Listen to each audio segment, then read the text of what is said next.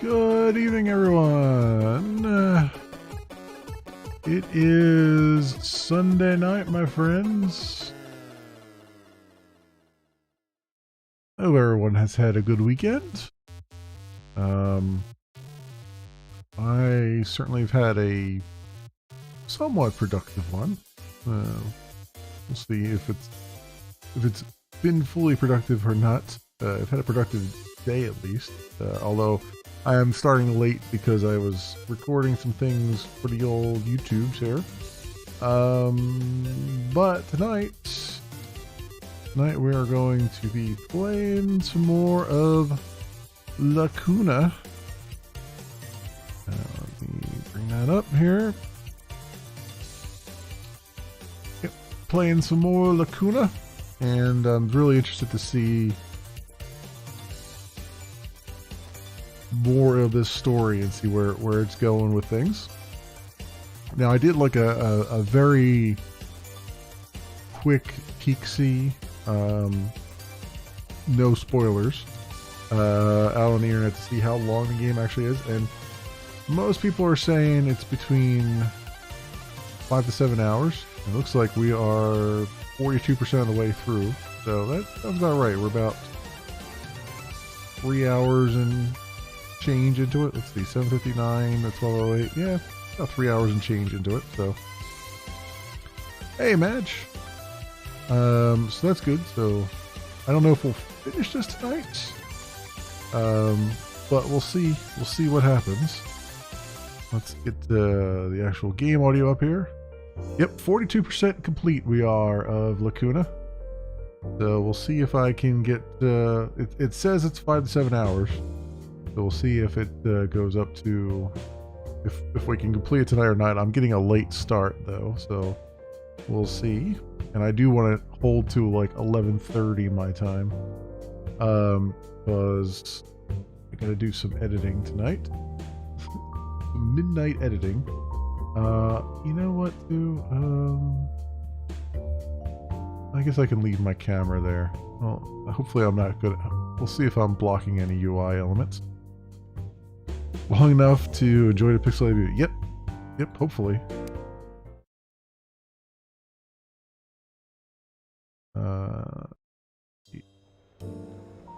A cool breeze cut into the train cart and through the haze of fatigue when the doors opened.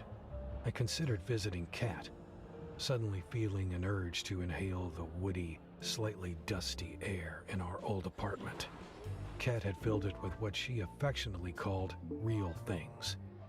She loved leather, cloth, paper, and plants, and hated the clean metallic surfaces at my apartment. Sometimes I did too. Okay, it doesn't look like I'm blocking anything. So that's good. Alright, let's get a recording for the old YouTubes going. And we'll get this show on the road. Exclamation, everybody. Welcome back to some more Lacuna.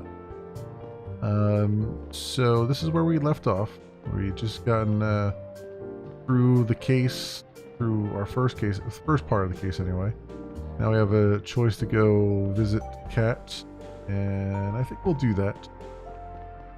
Or go back to our own apartment, but I think we'll go visit Kat because, you know, I want to check in on our daughter and everything. So let's do that. Here.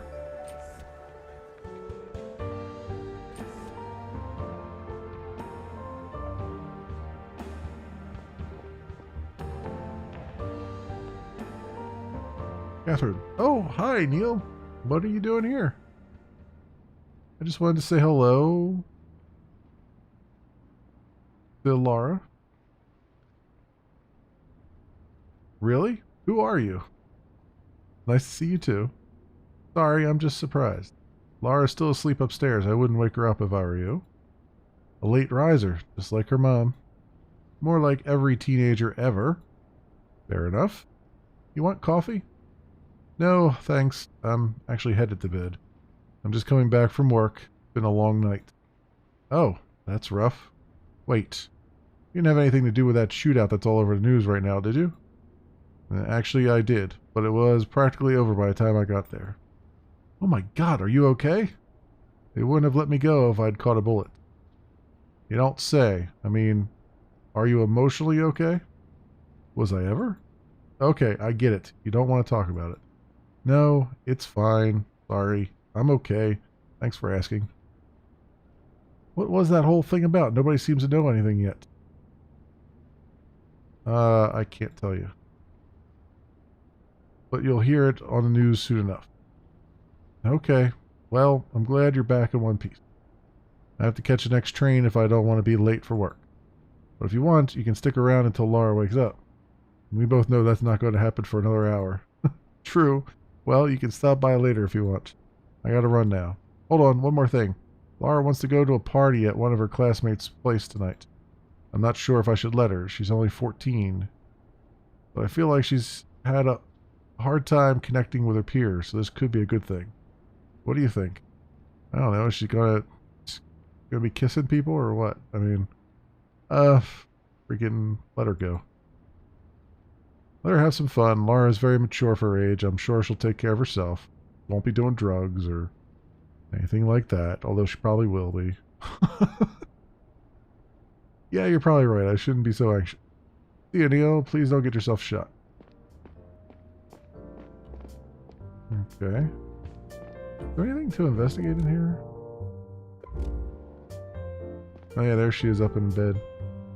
Alright, well I won't wake her up. I like how in order to get up to her room you have to go out on the fire escape to go up there. To come in that way. Yeah, we're not gonna let's not wake her up. If I know what being a teenager was like, you don't wake a teenager up. It's just you're just in for a world of hurt if you do.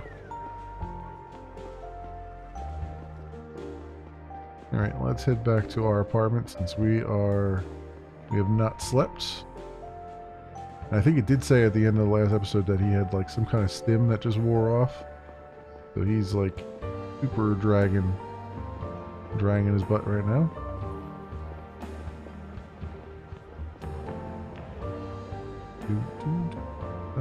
Wait, where's our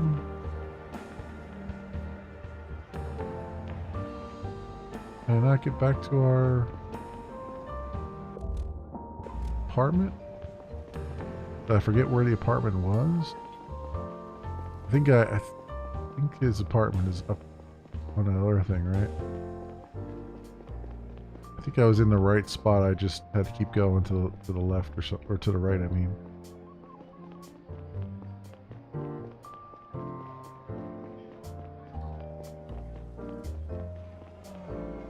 Going this way. Oh, is that the news? Do you have any new news? I do. The Giants are talking. While everybody's eyes were trained on Banny and Robertson at the training summit's first day, a few other notable discussions were going on in the background, most notably the mining giants. Oh, I think I read this already. Yeah, I read this last time around. I recognize the thing. Okay. No problem. Oh. Hey, Tony. Hey, wait a minute. Huh? I know you. You're the guy who came to our flat yesterday. You told that old scumbag to leave my sister alone. I did. That was really nice of you, man. Didn't think you uppers would help out us save it. She left this morning, facing her dream. Glad I could help. I have to get home now. Have a nice day. Sure. But Altana's blessings, man. Thanks. You too. Alright. Consequences to our action.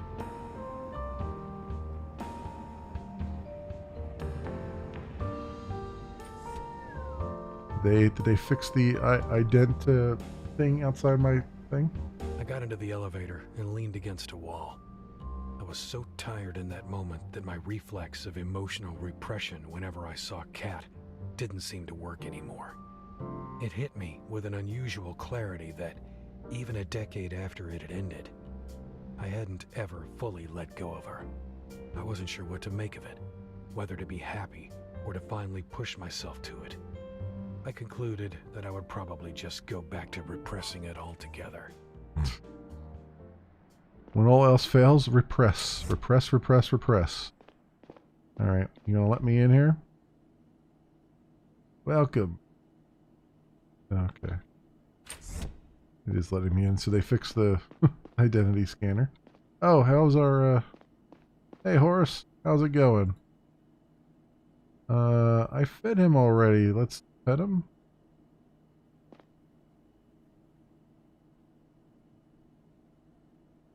Okay. Well, hopefully he doesn't need to be fed again. Go out and get another cigarette. Why not?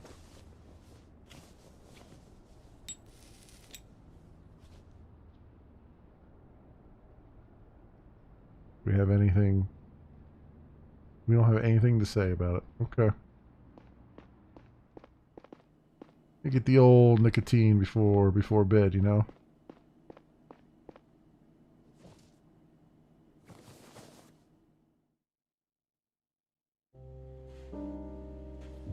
Waking up in the early evening was disorienting. I sat up on my bed and allowed the memories from the previous night to pour back in. Banny's body, the hotel, Lila, the shootout. I tried to put it all in an order that made sense and got on my way back to work.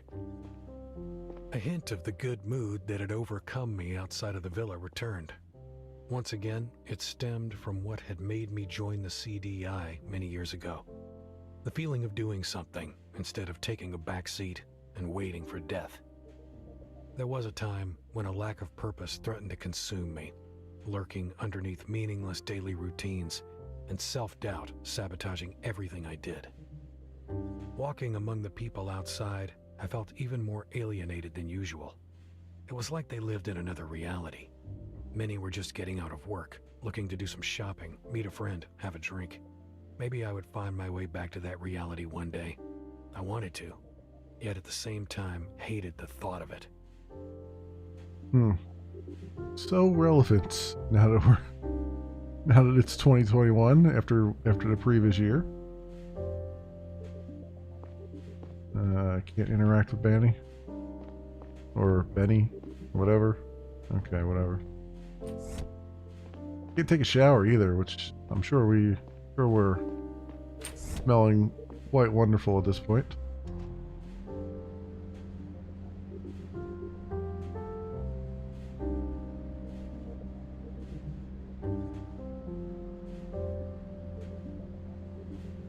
I assume I'm supposed to leave here. I don't know. Trigger a phone call or something. Apparently taking its time.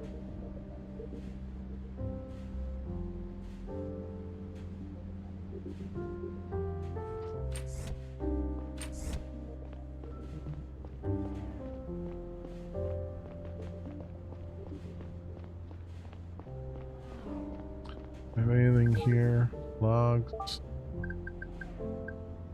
emails,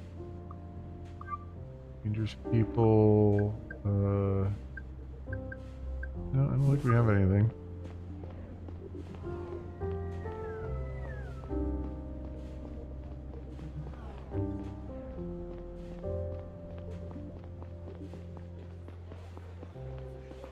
Go like get a bite to eat or something here.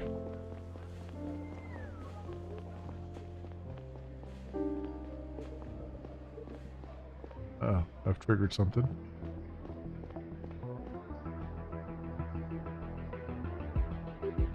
What's going on with all the video feeds? Hello, fellow citizens. We are the liberators, defenders of progress, freedom, and reason. These values have been integral to our society for centuries, but lately they have increasingly come under threat. Religious radicals calling themselves the Savient Front are aiming to establish a theocratic government on Drovia. The Savient faith is based on superstition and rejects science, point where it endangers the lives of everyone under its thumb. We all saw 4 decades ago today what happens and the Savian state is left to its own devices. Can't let history repeat itself. We demand President Robertson end this madness now. Put a stop to all independence talks and reinstate full Garian rule.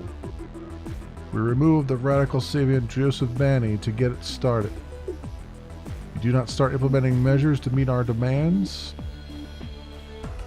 more Savian lives will be spent to protect our collective future. The Savian population on Gara will be taken hostage. So the Garian population on Drovia is guaranteed its freedom. We must stand up for them if our government won't. Wait our next move within 48 hours. Well, they're giving us an ultimatum. It won't be as silent as the first one. Well, I figured I'd have a phone call. Conrad, did you see that? Yeah. It was on all screens across the city. Come to headquarters immediately. Alright. Causing panic. They're causing panic. Again, great timing on the train though.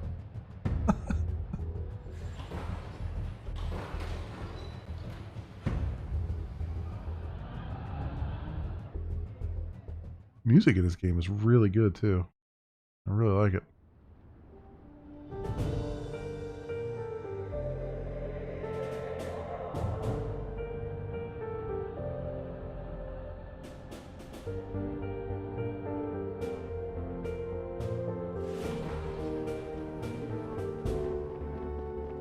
The whole atmosphere is good too. Like they got the traffic passing in front of you.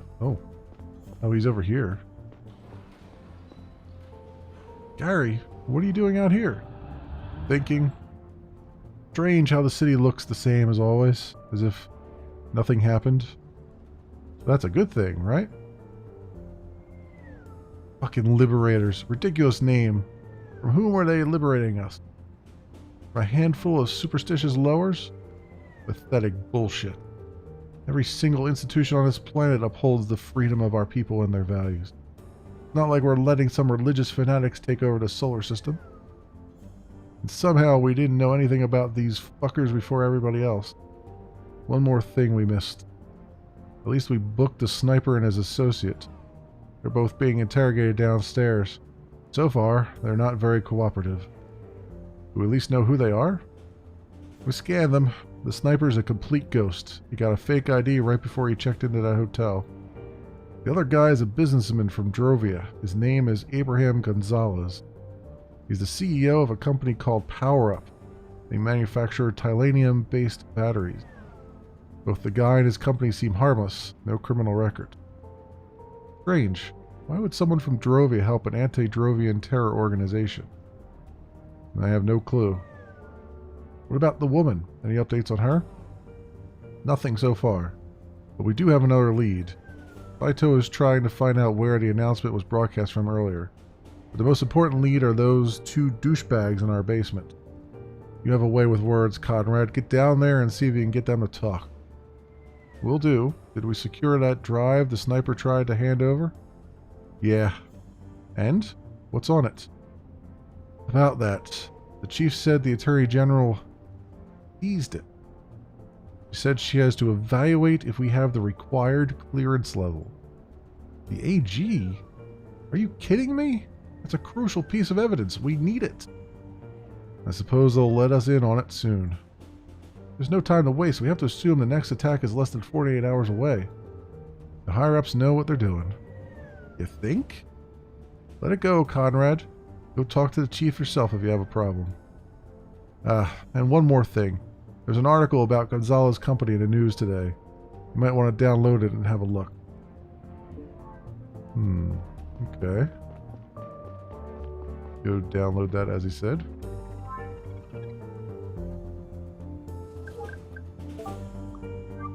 Power Up battles bankruptcy. NJ time. It's no secret that the Drovia-based Power Up one of the plant's most important battery producers, has been facing monetary difficulties for several months now. Technological developments over the last few years made titanium the most efficient material to build high-performance batteries, overtaking lithium and others by far when it comes to battery life and weight. However, since Drovia is a Garian colony with no economic autonomy, PowerUp doesn't have the right to buy its titanium directly from the mining companies based on Drovia.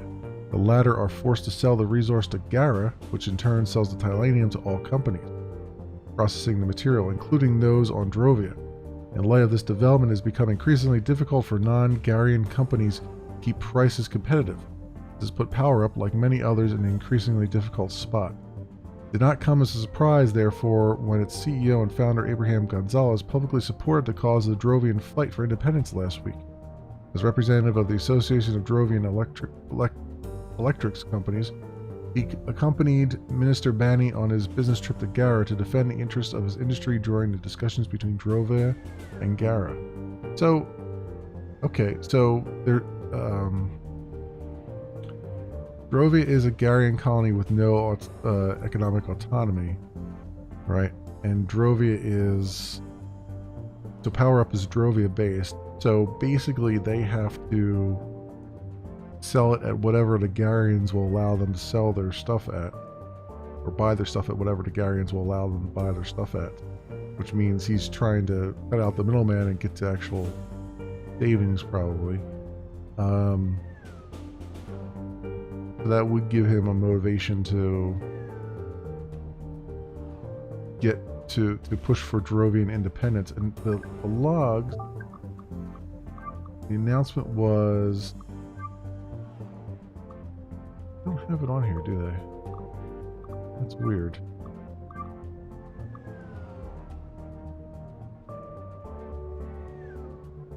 Yeah, anti-Drovian. So actually, no, they're anti-Drovian. I guess the idea is that if he can... If Garen takes over Drovia, then it'll just be... He won't have that economic autonomy thing anymore. He'll just have the one state doing all their stuff. Interesting.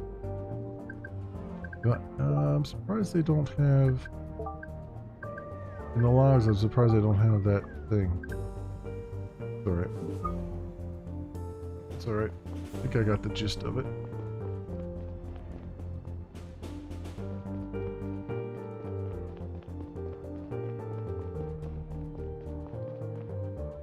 So he said we're down in the basement, right?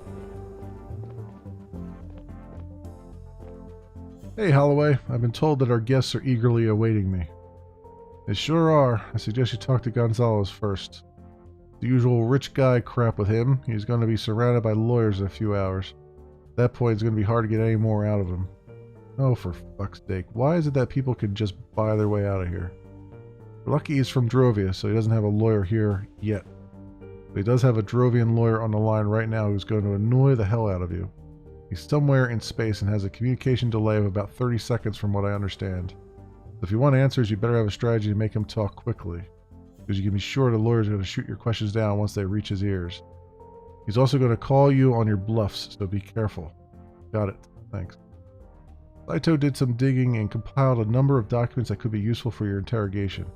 First, he gathered some basic information on Gonzalez and put it in the pin board over there. You can take a look at it with your AR module. Second, he pulled a list with all incoming and outgoing calls from Gonzalez's phone.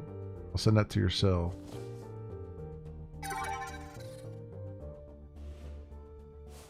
Give it a read. If you have any more evidence that incriminates our guy, go over it before you go in. I will, thank you. You're welcome. Let me know when you're ready. Okay, let's look at the pin board here. So, Abraham Richard Kenneth Gonzalez, born 1790 on New Joran. He's David Faith, single. Lives in Drovia Sector 1 since 1830. 1810 to 1815, degree in engineering at New Joran Elite University, Piston College for Engineering and Business. From 1815 to 1820, he was a trainee on Drovia. 1828 Foundation of Power Up DE grant for young founders. Okay. And since then, he's the CEO of Power Up. So Power Up is his only company that he's ever done. Right after he got out of, right after he was a trainee for 5 years. Oh, interesting. Okay.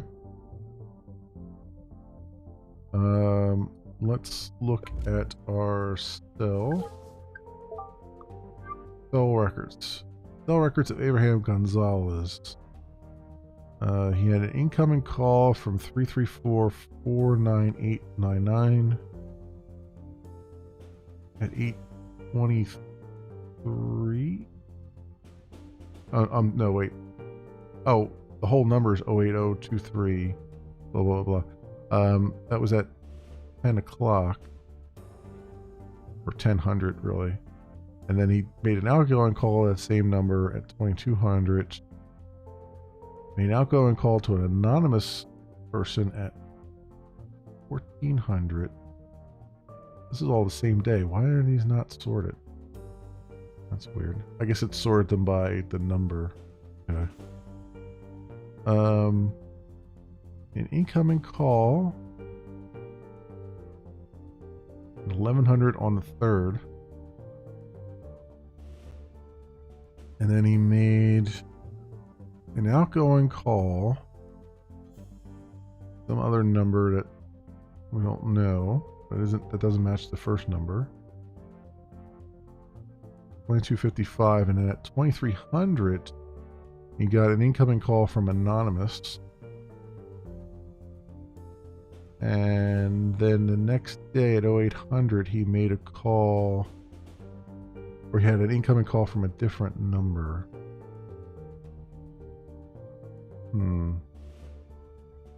Interesting. So I've only got 30 seconds between things to... This is going to be rough. I have to get him talking as fast as possible, and I've only got 30 seconds before his lawyer will start to shoot me down. Okay. So are you ready? As ready as I'll ever be, I guess. I am. Alright, I'll unlock the door. Good luck.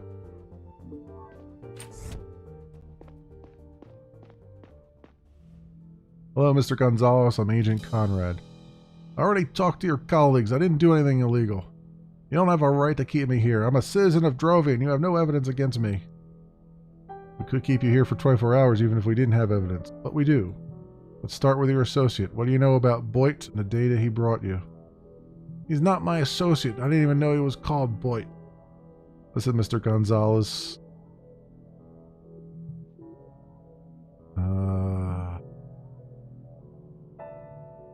I know you've met him before. I know the two of you have met before. What? I never saw the guy before this morning. I only came to this plant 2 days ago, and I've been having business meetings pretty much non-stop. Can you prove that? I have plenty of witnesses. You can ask my business partners. We will. Anyway, it doesn't matter. We caught you meeting Boyd this morning. Enough evidence to connect the two of you. Good evening, Agent Conrad. My name is Jim Miller. I am Mr. Gonzalez's lawyer. Nice to meet you.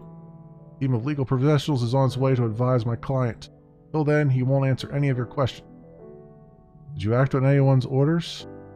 You heard my lawyer. I'm not supposed to talk to you before my legal team arrives. Listen, Mr. Gonzalez, I've heard that...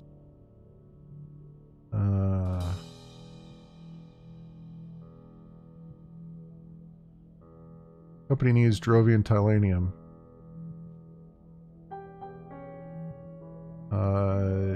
And you support... Crap. You support Drovian independence. I'd actually be surprised if you were involved in Banny's assassination. You're the opposite. I think it was the opposite. He didn't support the independence. Yet here we are, but you still have a chance to clear your name. Help us crack the case the public might never learn about your connection to Banny's murderer. Shit, I told you I didn't know anything. I was contacted anonymously a few weeks ago, shortly after I booked my flight to Gara. I was told to pick up a storage module here and send its contents out on my way back home. Send it where? They were going to contact me. I have no means of reaching them. Who are they? I really, truly don't know. The person who contacted me spoke Drovian. That's all I can say. Wait, so whoever put you up to this is Drovian? Why would they work with an anti-Drovian terror group? I don't know. But I'm 100% sure they were from Drovia. I got paid to do it and not ask questions. My company really needs a cash injection right now. Mr. Gonzalez, I urge you to stop answering questions before your legal team arrives. You're complicating things for yourself and for us. My God, calm down. It's not like I've said anything that incriminates me. But he's right. I'll wait for my legal team to arrive. Fine. Did he actually support independence?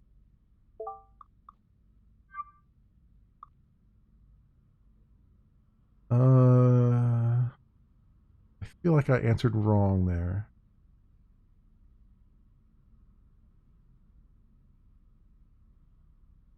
Oh, he did. He publicly supported the cause for Drovian fight for independence last week. Okay.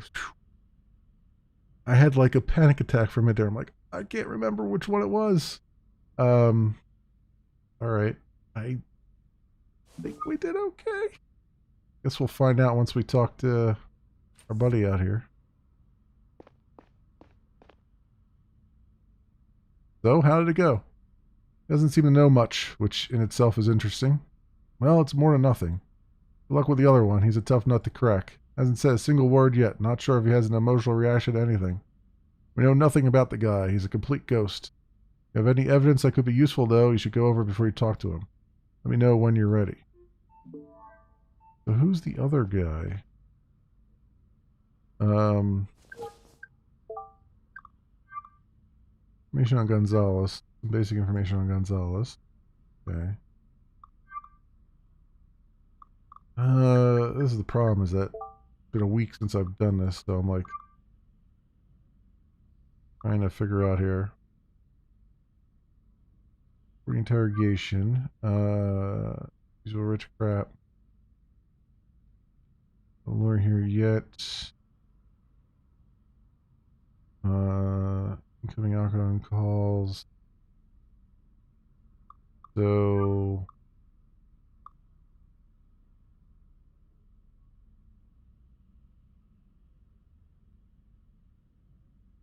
talk to the chief or something, having a problem.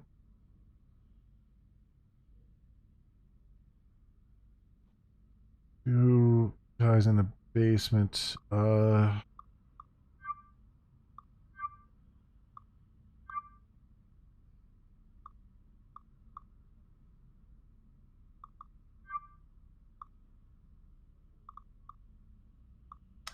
Shootouts.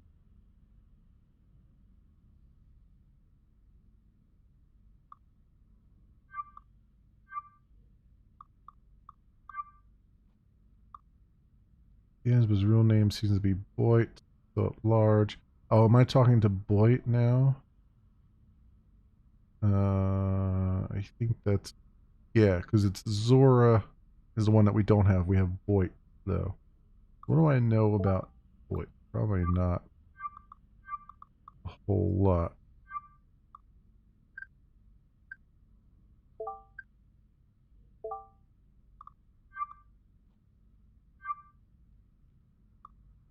Okay, logs.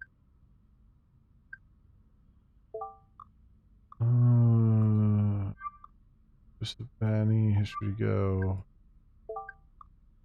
People, here we go. Diaz. Real name appears to be Boyd. Okay. You don't really have much on him here. Benny, Joseph Benny. Young, Slato, Zora. A woman sees to work with Benny's murderer Boyd. She stole some data from an old man. Stole some data from our chief. Right. Okay.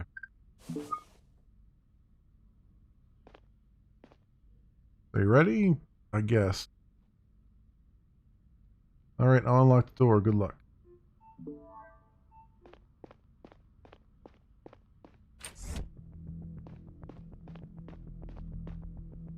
Hello, Mr. Boyd. Do you have a last name, or is that your last name? Alright, Mr. Boyd then. I'm Agent Conrad. You made quite a mess out there. Shooting Joseph Banning put you at the top of our most wanted list overnight. Your friends just announced their next big project, and you're uniquely qualified to help us get ahead of it. What do you know about the Liberator's plans? Okay, how about this? What's Zora's role in all this? Zora? That's right, Zora, the woman you met last night. I don't know any Zora, but I know you do. Why'd you take that data stick from her? You told her there was a change of plans she didn't know about. Was that true? Or did you trick her into giving you the data? Did you want it for yourself? Or did you want to protect her by going to the handover in her stead? You two seem to care about each other. I'm sure you want to know how she's doing.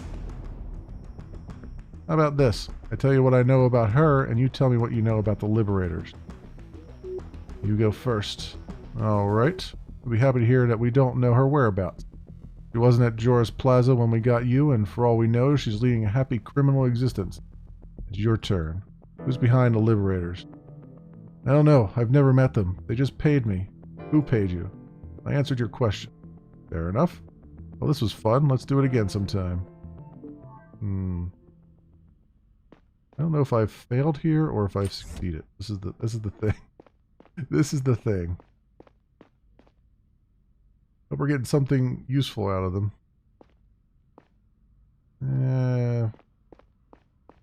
I wouldn't be so hopeful. So we gotta go talk to Saito. Who hopefully is up here somewhere.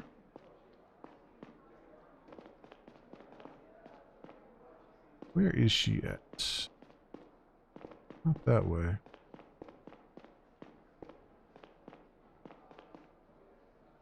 Not there.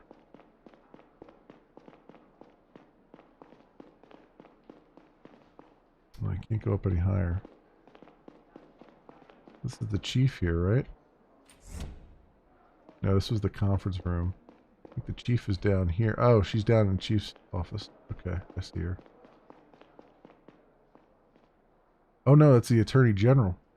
You can rest assured that we know what we are doing. I didn't question that, but that data is one of the most important pieces of evidence we have right now. Liberators said that their next attack will take place in 48 hours. It's pretty damn soon. We really need to take into account everything we've got if we want to catch those guys in time. I already told you that the contents of that stick won't help you find them. How can you say that? Having a better idea of your enemy's motivation is always important. And you know that. You yourself were director of the CDI for over a decade. Liam, please. I've got a lot on my plate right now. I don't have time to discuss this over and over again. The data is about something that happened during your time at the CDI, isn't it? What are you talking about? I looked at my cell's history and saw which folder that woman navigated to. I don't have the access rights, but I'd really like to know what is in there. There's a lot going on in 1800. Let me be very clear, Liam. I can't work with a chief who doesn't trust my judgment and questions my orders. I've been doing this for a long time, Amelia. I deeply respect everything you've done for the Garium state. But as a CDI chief, I see it as my duty to protect all Garian citizens. And I'm sure that's in your best interest as well. I don't have time for this now. I'll let you know what the next steps are going to be. Good evening, agent. Oof. Oof. Even I felt the cold draft of that. Of that good evening, agent.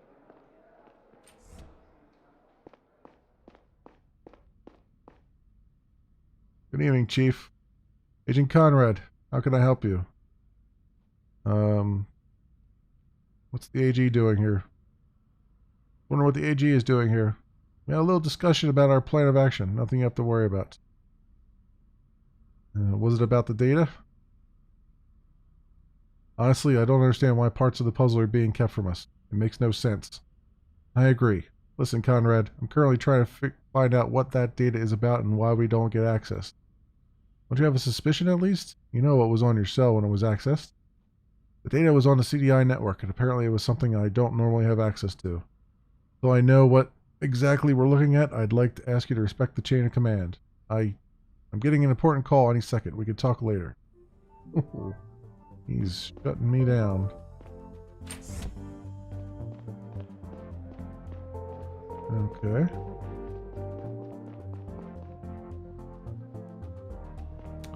Where's Saito at?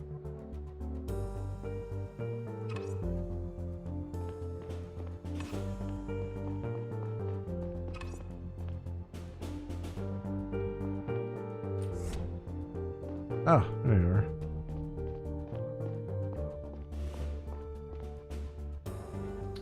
Evening, Neil. Hey, Saito, how's it going? I'm not going to lie, that video was a little upsetting. I mean, I know that my religion is strange to some people on Gara, but an anti-Sabian terror group, that's something else. Should I be worried about wearing my scarf in public now? I think those people are idiots, and I'm sure the vast majority of Garans agree with me. I know. Hey, I also have some good news. I found out where the Liberators video was broadcast from. It's a company called AdSpot. They own most of the billboards in the city. You want an ad played, you go to them. I took a shot in the dark and checked ongoing police operations in the center. And what do you know? Someone at AdSpot made an emergency call tonight. Apparently an intruder forced their way into their server room and gained access to a computer. They made contact with the local police department. They sent 2 officers who secured the scene and are waiting for you to come have a look. Fast as lightning, Saito. Great work. Well done. Conrad and I will go to AdSpot and have a look around. We really need to get ahead of this one and prevent another attack. Why don't you follow up on some leads while we're gone? Trace the perp's payment to the hotel as well as the mysterious transaction to the escort. And maybe we can find out where the sniper's accomplice got her face changed. Conrad, I'm taking off from the roof. Want to hitch a ride? You know I don't. It was worth a try. Meet you at AdSpot then. I need some fresh air. I'll come with you, Gary.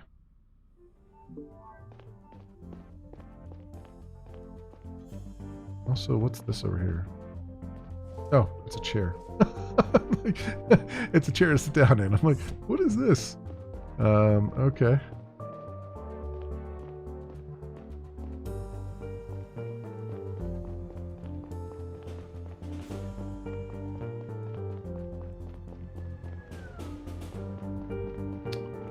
Oh, missed the stairs.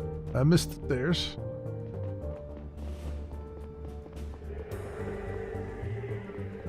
Let's hop on a train.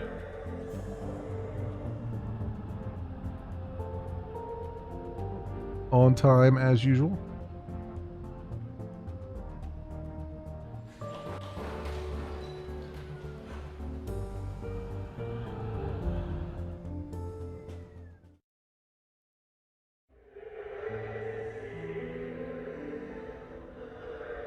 During the train ride, every screen in the city had been playing news reports about the Liberators' announcement. They were the first violent domestic terror group with a political motive in recent Garian history. But there was something else that struck me about them. This wasn't the usual MO of a conservative group trying to maintain the status quo. It felt much more like revolutionaries hoping to effect change by resorting to drastic measures. Well, what gave you that thought? The freaking sniper that took out a prominent political leader?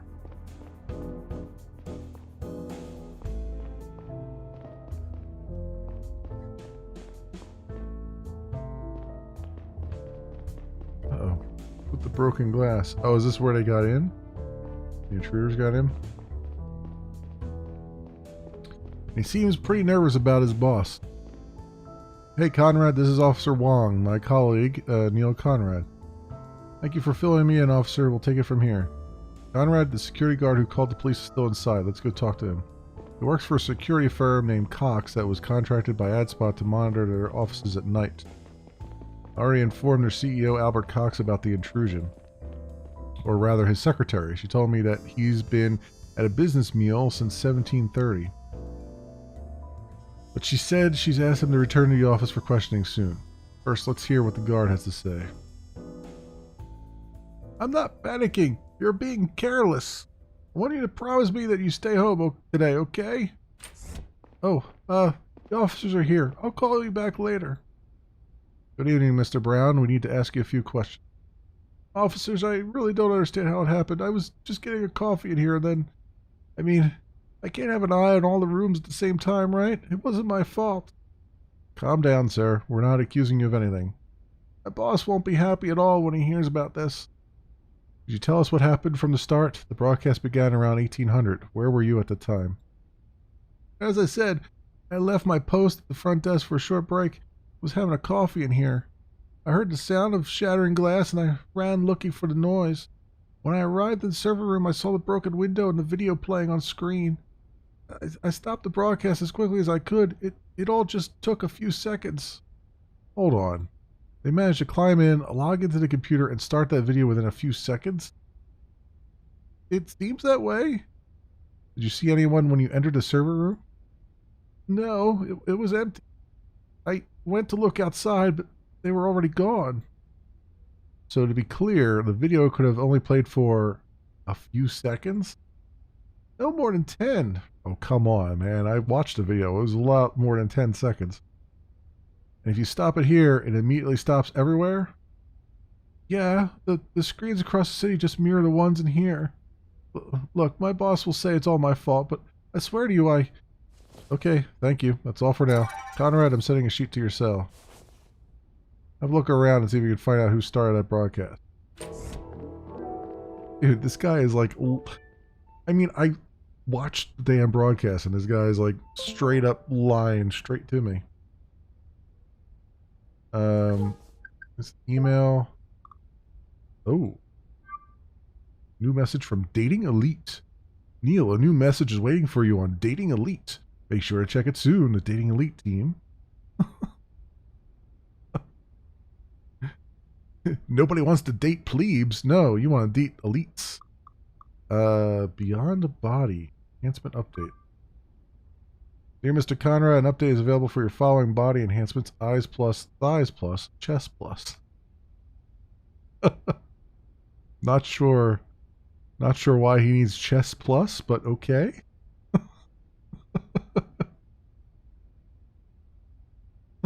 Sure. Please make sure to download and install the latest firmware from our website within the next 10 days. All right. The video broadcast was started by blank. Okay. So let's see. Let's turn our interactable things on so I can still talk. I can talk to this guy some more. Excuse me, Mr. Brown. Anything else you want to know? About your relationship with your boss. What's your relationship with your boss? Honestly, I can't say he likes me. I think he's been looking for a reason to fire me for a while. I think I only got the job because one of his top men vouched for me. I see. Anything else you want to know? About tonight. Did you leave the building at any time? No, only one time when I went looking for the intruder and I came right back. Did anyone enter the building except for you? Just me and whoever started the broadcast. Can I go home soon? My wife's a Savian, and after that video today, I'm afraid you'll have to stay a little longer and help us find the people behind all this. I'd feel better if I was with her. Called her earlier and told her to stay home, but she wouldn't listen. I see. That's all for now. Alright, well, we got some information from him that he's a Savian. That will be useful. Go in here. Also, let's look at this.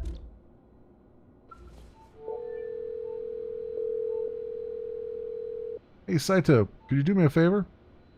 Of course, shoot. There's a presence sensor at the entrance of AdSpot's server room. Any chance you can pull its data from around the time the broadcast was started? Give me a sec, I'll check. I got access, but the sensor doesn't store any names. However, I could provide you with a list of every time someone passed through that door around 18 o'clock. Great, that would be helpful. Alright, sending it to you now. Remember that the sensor reacts every time someone uses the door, no matter if they're going in or out. Gotcha, talk to you later. Okay. List of presence detector entries. 1700, 1845. 1756, 1801, and 1802.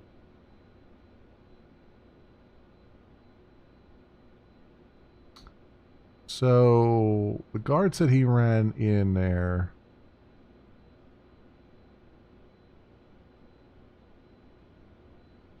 The guard said he ran in there after he heard the glass shatter. That was probably the guard going in at 1801 and then leaving at 1802. There was an entry at 1756, but that probably was whoever it was leaving, right? So potentially the people behind it left at 1756. But the thing is, the glass shattering. Like this guy says he ran as soon as he heard the glass shatter. Which, if that were true, then that would mean that these people got in. Oh, wait. Okay. So, 1756, they probably came in. They probably went in at 1756, and then when they got the broadcast up and running, they then broke the window and left out through the window. And that's when the guard came in at 1801 and 1802, and then left at 1802. So basically, they walked in through the front door, because the guard went on. He said he went on a break, right? At 1730, I think he said. Where was he the break in? I went to look outside. No more than 10. Here's still. Broadcast began around 1800. Really, it began around 1756 or 58, maybe. Didn't he say he was on? He was on break or something?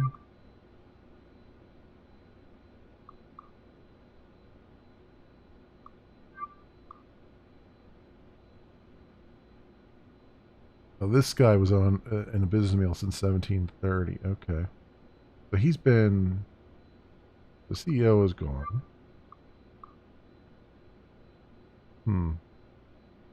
Okay. See what we got here. Must be the computer they used to broadcast the video. Right.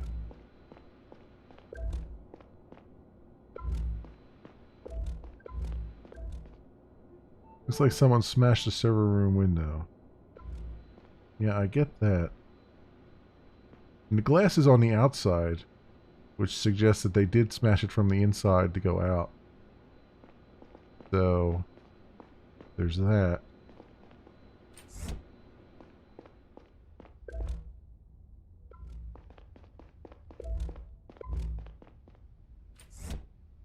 Ask this guy again. Please tell my boss it wasn't my fault. I feel like I'm missing something here. Okay, door card scanner. Here we go. This is an AFIS A420 door card scanner. People are logged every time they pass through the door. This model doesn't distinguish between people entering or leaving the building. Okay. So, Jim Chen left at 16:55 because we know he has dinner at 17:30. He probably left then to get there on time. 1700 was just Cox Security Services. That's fine. 1755, someone entered.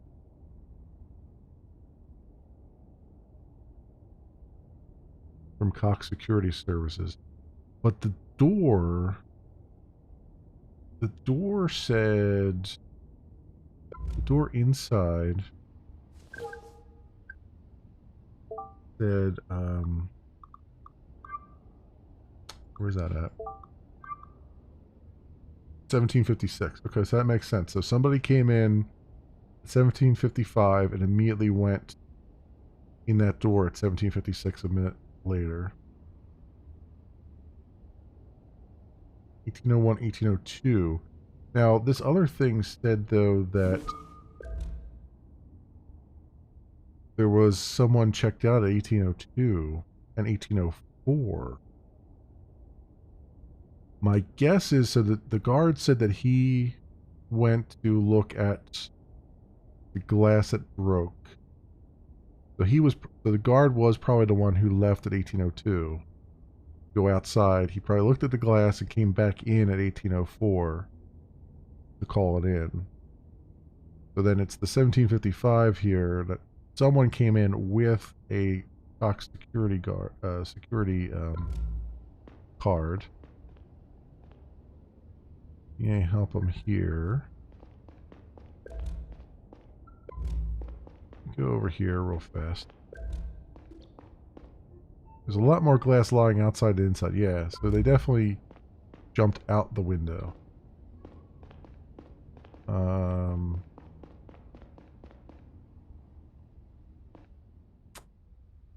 Feel like I'm missing something, but can we not talk to this guy again? Oh, now we can talk to him again. Okay. Excuse me, Mr. Brown. Anything else you want to know? About those door cards. Thought you use a door card to enter and exit the building. Yeah, Cox Security has 2 door cards for AdSpot. This one and another one in a locker at our office. Only our boss, me, and the other guard assigned to AdSpot can open it. They're not personalized or anything. We just grab one at HQ before we come here. Who is the other guard? His name's James Moore. He's been working for the boss for a long time. We alternate shifts here at AdSpot. Today's my turn. I see. That's all for now? Interesting. I got nothing else to say to you.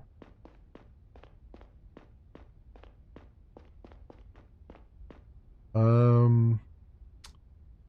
feel like we got all the clues here. Yeah, we definitely did. Alright, so I gotta go.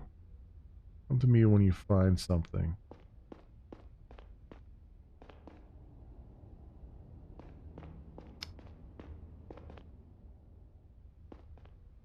Am I missing something? Because I feel like I have enough now to trigger this conversation. I gotta go to this other place then, right?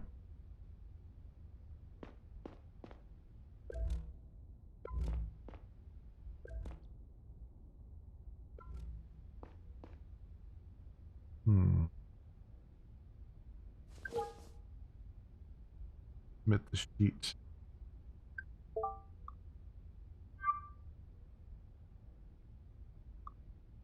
Brown, Cox, Moore, Chen. I don't know who started the broadcast yet, so can I not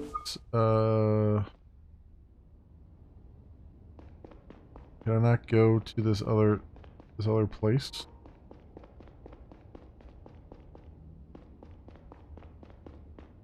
Let me see.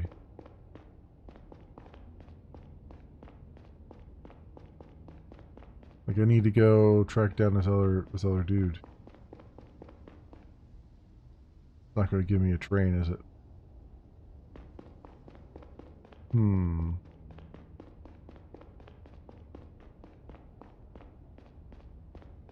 There's something that I haven't triggered yet. Because we can't answer that question yet. We need...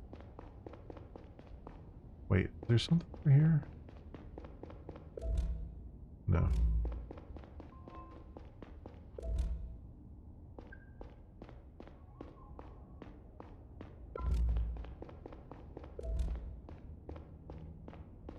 There's something else that shows up here.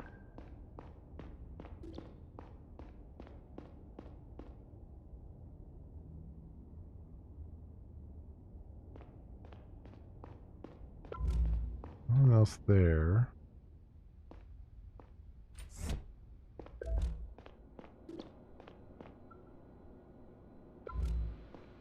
Can't interact with these computers though. Is strange.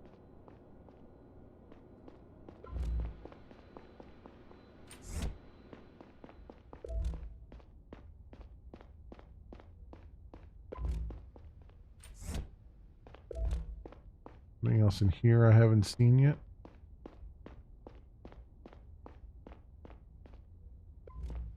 No.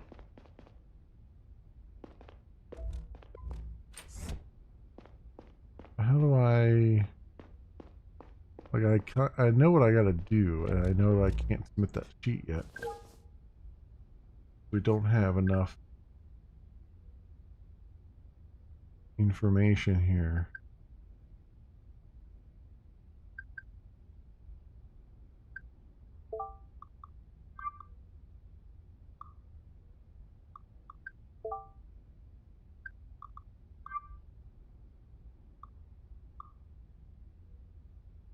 Well, okay. Maybe I do have enough information, because the boss... I don't think this guy did it. I think his story checks out. Their boss is at a lunch thing. So it's got to be the other guard. Because he used the key. So I'm thinking maybe they want to force me to pick the other guard.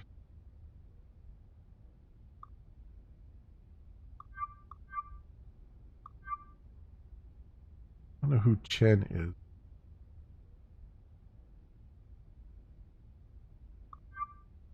You know, it's just a red herring they put in there. Yeah, I feel bad submitting this because it's pretty flimsy, but I mean, I guess this is the thing.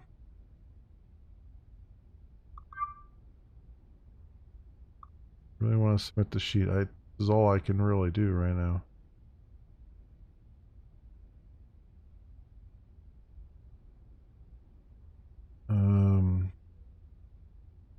Yeah. Take a look at the broken window. There's a lot more glass lying outside than inside. Pretty sure that was smashed from the inside, not the outside. Saying they broke the window to get out, not in? Exactly. I think that whoever started that broadcast walked in through the front door, played the video, smashed the window, climbed through it, and ran away. Why break the window at all, then? Probably to conceal the real way they got in. If our perp entered through the front door, they must possess an AdSpot door card. That leaves us with a limited circle of suspects, apart from the employees of AdSpot. 3 people from Cox Security have access to door cards as well. Cox himself, Brown, and his colleague Moore. Moore works here as well. He and Brown take turns in surveilling the facility. Any idea which of them started the video? Yeah, someone with a Cox Security door card entered the building at 17:55, shortly before the broadcast began. It can't have been Brown. He passed by the door 3 times since he arrived, which places him inside. Couldn't he have climbed back in through the broken window to avoid the scanner at the door? No, that's evident from the data at the server room door. Saito pulled it for me. There's another scanner there. Only 2 other people have access to Cox's door cards, James Moore and their boss. Cox has been at a business meal since 17:30, so Moore is the only suspect left. Good work, Conrad. I'll send a unit to arrest him immediately. You and I should pay his boss a visit and see what he has to say. Should be back at his office by now. I'll send you Cox's address. Get to the train. I'll meet you there. Roger that. Yeah, it's pretty flimsy, but it is accurate based on what we determined. So, not exactly what I'd call a smoking gun, but it makes sense. Hey, Saito. Neil, good news. I managed to crack the cell of that businessman, Abraham Gonzalez. I found a deleted message that is extremely interesting. Seems like someone hired him to fetch the data module on Gara.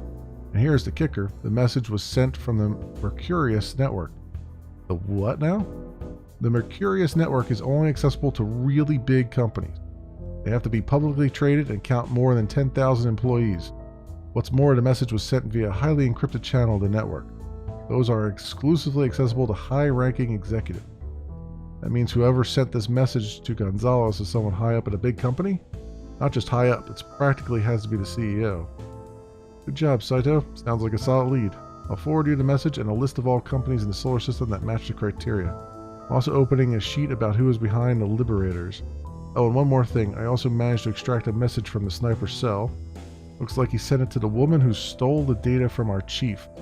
You might want to have a look at that as well. I'll forward it to your cell. Copy that. Talk to you later. Jeez Louise. Dropped a whole bunch of information bombs on us. So, Sheets, Liberators. Name of the company behind the Liberators. They're based on... They belong to Sector and specialize in... Okay, emails. List of companies. Companies that could be behind the Liberators.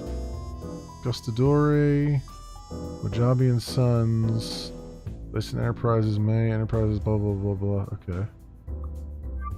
Our deal. Mr. Gonzalez, as promised, I am sending you more detailed instructions for your mission on Gara.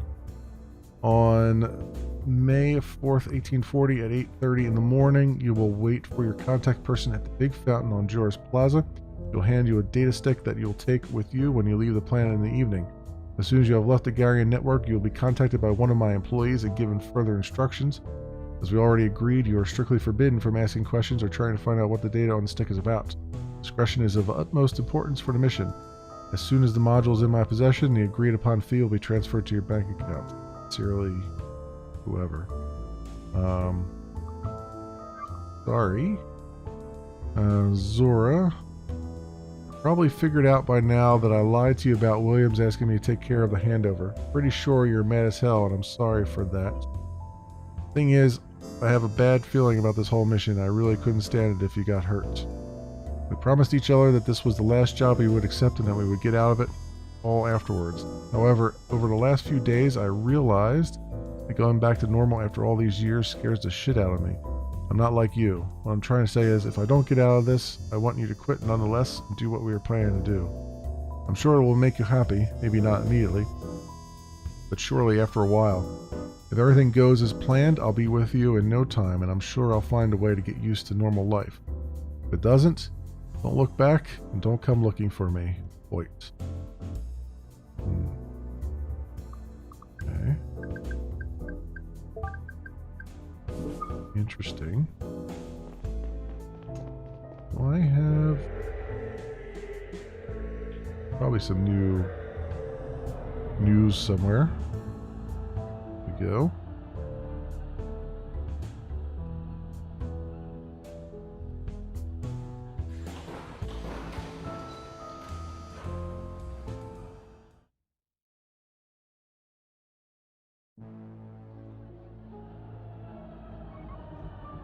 Kowloon Market.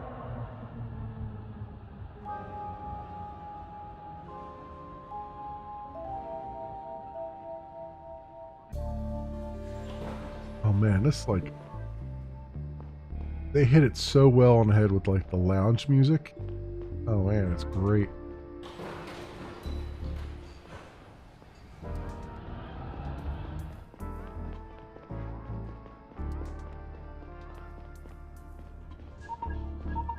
Oh, I'm getting a call.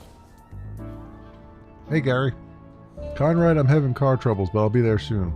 Car troubles, huh? David Conrad, this is literally the first time you got somewhere faster than me. While you're waiting, you could swing by the restaurant where Cox presumably had dinner and check his alibi. We asked for them to send over tonight's surveillance footage. They said that their camera is unfortunately broken right now. Seems to be one of those locations where privacy is part of the service. The restaurant is on the layer above Cox's office and the train station. Go upstairs and take a left. Above Cox's office and the train station. Go upstairs and take a left. Okay. You could have a chat with his wife if she's still here. Her name is Yvonne Cox. Roger that. See you in a bit. I'll give you a call when I have an ETA. Layer above Cox Security. That's Cox Security that way.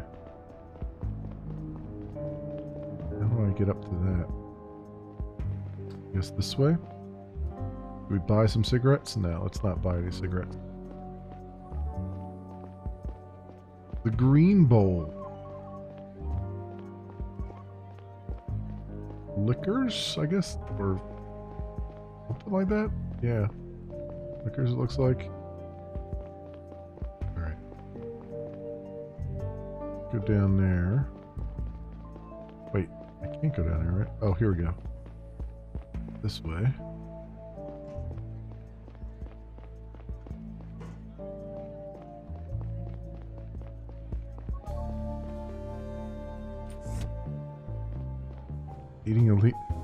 creatures. Good evening, sir. Do you have a reservation?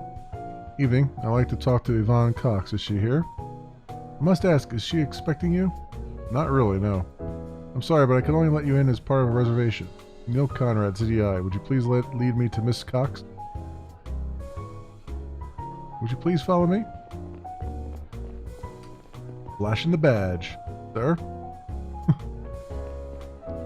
And that's why it's vital that we keep negotiating with them, no matter what Albert says. Ms. Cox? Yes? Who are you? Neil Conrad, CDI. Sorry to interrupt, but I'd like to ask you a few questions. CDI? What did I do to deserve your attention? About your husband, actually. Ah, well. Excuse me, Mr. Conrad. Jacqueline Hendricks, attorney at law. Mrs. Cox is my client.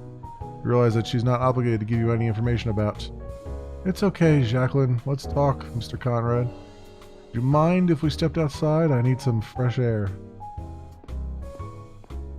Damn, she's got her own lawyer list, like, hanging around with her? Jeez Louise. Jacqueline is a little overprotective sometimes. That's how you know a lawyer's worth their salt. Said this was about Albert. What is it you want to ask me? I was wondering if you could tell me where your husband was around 6 o'clock tonight. We met here with Jacqueline at 17:30 and discussed some business decisions over dinner. About half an hour ago, Albert got a phone call and excused himself. That was us. Sorry for interrupting your dinner. Did Mr. Cox act strange in any way over the last few days? I have no idea. Last time I saw him before tonight, it must have been two weeks ago. Albert and I don't live together anymore. We have all but separated. You're getting a divorce? Maybe. It would be very complicated for our business. I see. Well, that's all for now. Thank you for taking the time. Gary, what's up? I'll be there in 10 minutes. What about you? Did you talk to the wife? Yeah, she corroborates his alibi. You believe her? I didn't have the impression she'd lie to protect him. Their marriage is apparently more of a pragmatic arrangement at this point. I see. Listen, I got bad news. Moore's not home. He's on a holiday, according to his wife. She said he went to Manami Tree Resort. I'm currently trying to confirm this and get a hold of him. Why don't you go talk to Moore's wife, see if you buy that story.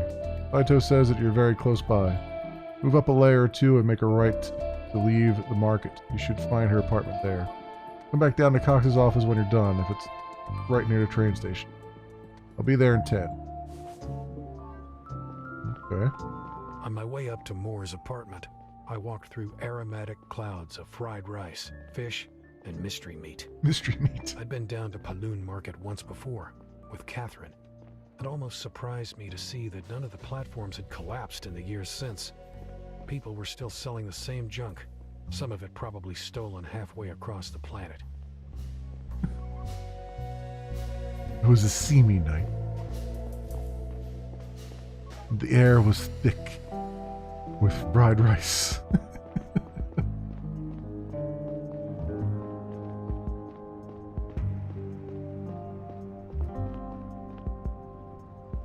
Anybody home? Who's there? Agent Neil Conrad, CDI. I already talked to your colleagues. I know. I'm sorry to bother you once more. Said that your husband went on a vacation, is that correct?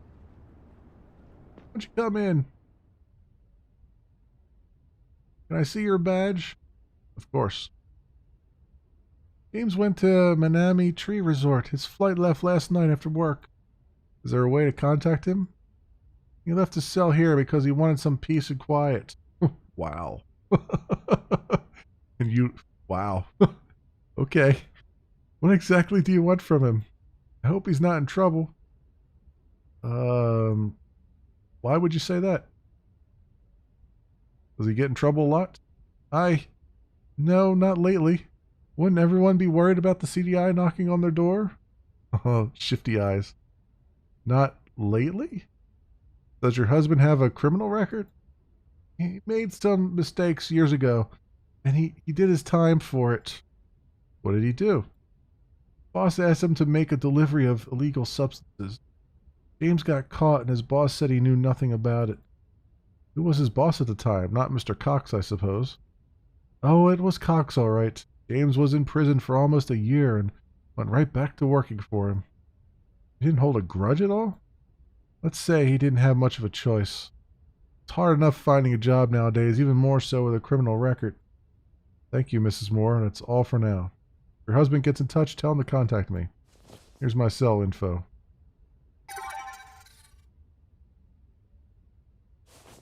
You mind if I have a quick look around? Look around?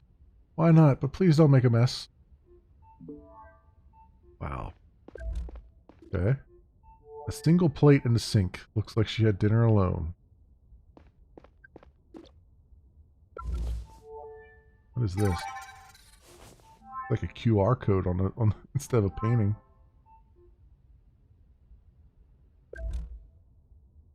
Two news articles. The Moors hung up on the wall. I downloaded them to myself. Oh, okay. Oxydanol. Danol. A highly addictive substance used in lung disease treatment. Whoa. Not only is he going off on his own, but he's leaving his emphysema-ridden wife with by herself. Well, that's a thing. Okay. Is that everything? Oh, I can talk to her again. Do that. Excuse me, Mrs. Moore. I have another question. Why did you frame those two news articles? They're important to James and me. They remind us of things we shouldn't forget. What things? I'm sorry, but that's really private. If I ask you to leave now, I'm tired. I need some rest. I see. Thank you. Probably should have read those news articles before I talked to her. Milex wins 10-year court case. Is this the top here? Negotiations in the Hope scandal finally came to a close last Monday. Milex Mining had made negative headlines almost 16 years ago when hundreds of employees filed a class action lawsuit against the mining giant. Many of them had suffered permanent lung damage after allegedly having been exposed to harmful gases over prolonged periods of time in the mining chamber dubbed Hope on FEMA's. Ah, she was a miner. Eh. And for this Milex Mining, which was one of the things on our sheet there, I think, a long, slow, and expensive back and forth of appeals followed until last week when the Interplanetary Court finally ruled that the company would not be held accountable and did not have to compensate the alleged victims. This conclusion is viewed by many as a great failure of the federal justice system. Neither of the mining lobby's system-wide influence nor the Federation's interest in Milex's economic success are a secret, leading many to openly question the integrity of the court's decision. Charges against Cox Security. Last week, a delivery van belonging to the company Cox Security was stopped as part of a routine traffic control. The police found an undisclosed amount of mine-altering substance stowed away under the loading area and arrested the driver on the spot. Facing charges of drug trafficking, the CEO of Cox Security has denied any involvement and claimed the driver was acting of his own accord. If the driver admits fault, he's looking at up to 1 year in prison. Okay, so then Milex was on this list of companies, right? Milex Mining, Gara Mining, Titanium. There we go. So they mine Titanium, but they're on Gara, or they're on Gara. Milex Mining, I mean. Okay.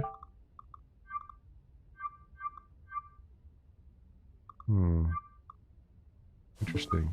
I can't talk to her again, though, can I? No. I wonder if I should have read those first and then talked to her. I feel like I missed out on a conversation thing. There we go. Conrad, how did it go with Moore's wife? Well, she doesn't seem to know what her husband is up to. I took a look around the place, though. Good, we need all the information we can get. I'm almost at Cox's building. Meet you there. Oftentimes in our investigations, the obvious solution would turn out to be the right one. People usually acted in accordance with their interests and their emotions. Whoever we first thought did it, they often turned out to have done it. With Moore and everyone else we had met so far, it always felt that we were at least one step removed from the truth. Nothing about this case was obvious.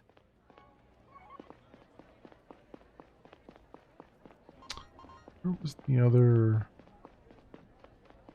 ladder at? Oh, I guess it's over here. Is this the right level? I think this is the right level. Yeah, Mega Shop is the right level. Conrad, we need to go up here. Cox has probably been waiting for us for a while. What's with this shabby building? I thought this was a big company. This is just one of their bases of operation, apparently.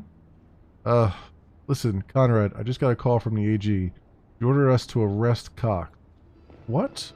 From the AG herself? Why? I thought we were just going to question him. Did you tell the AG that we don't suspect Cox of starting to broadcast? I did, but I guess there's been a change of plans. Why does she want us to arrest him? She said that we have a strong reason to believe that he is part of the Liberators. Did she bother telling you what she's basing that on? No. No? We don't have time to waste here, Conrad. Let's go get him. You want to do the talking? I'll see if I can have a look around in the meantime. Sure. I don't think he's going to give us trouble, but keep on your toes. He's big in the security business after all. Doorbell, very low tech.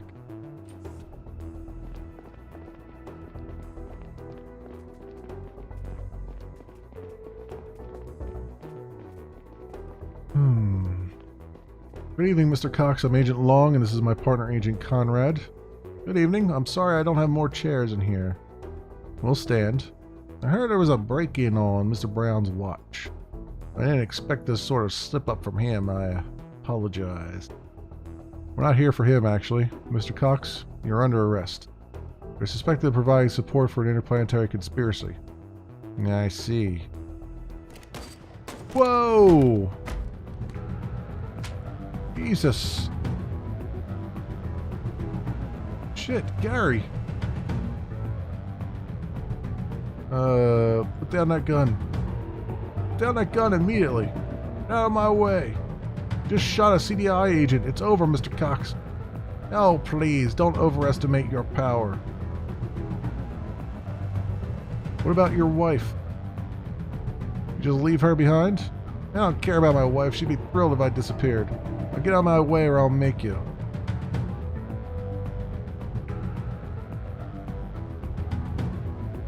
Building is surrounded.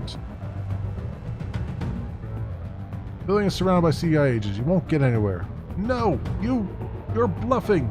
I'm not. This is your last chance to surrender. Fuck you! You won't get anything from me! Oof. Well, that worked. I don't know why I went with the he cares about his wife thing. I should have known better. Put down your weapon and turn around to the wall. Police! Drop your weapons right now! Under control, officers. Stand down. I'm Neil Conrad, CDI. We're coming up. If we see a gun, we'll shoot. Listen to me. I'm CDI. My partner was shot and needs medical attention. Mr. Cox opened fire on us. We're coming in. No sudden movements. I'll put away my gun if you keep yours pointed at Mr. Cox, okay? What's going on here? My partner and I came here to question Mr. Cox. He opened fire on us without warning. Show me your badge. See? I'm CDI.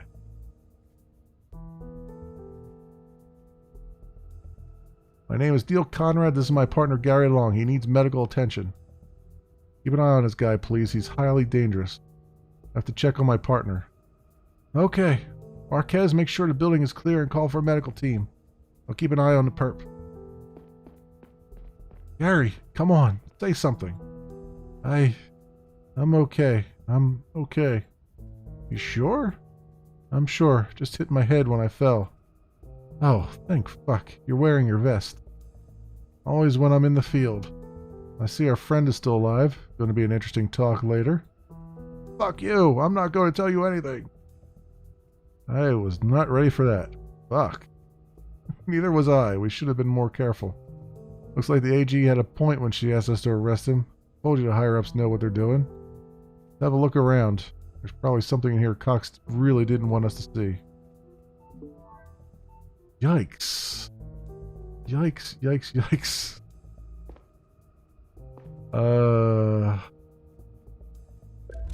What is this? Cox Security received a prize from the DE grant years ago. Yeah, we know about that.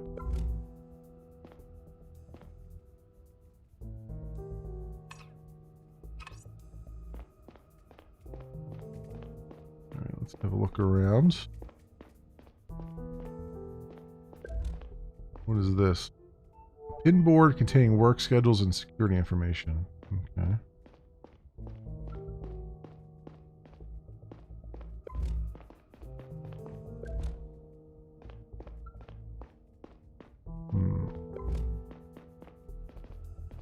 Can't do anything with that?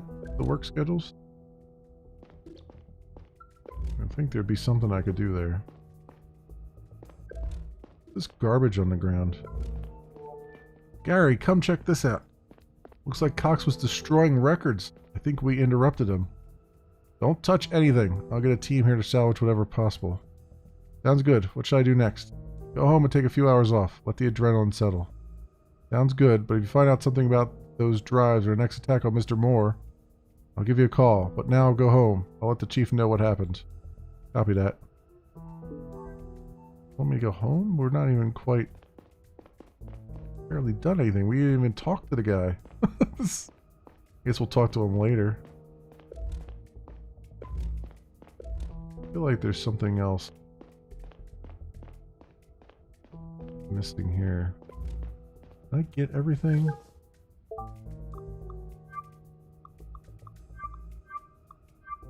No, there's definitely something else that I did not see here.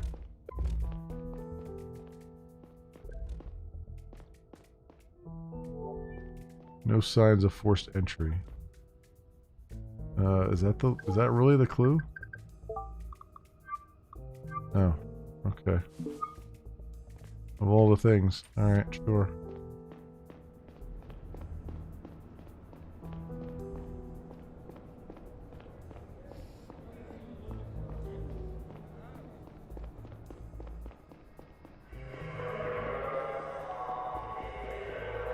Any news download thing around here? I guess not. Well, there is one that we pass on our way home, though. Okay.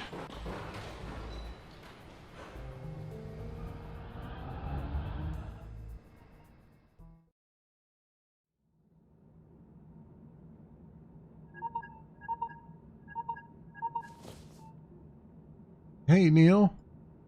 Hey, Kat. Everything alright? No.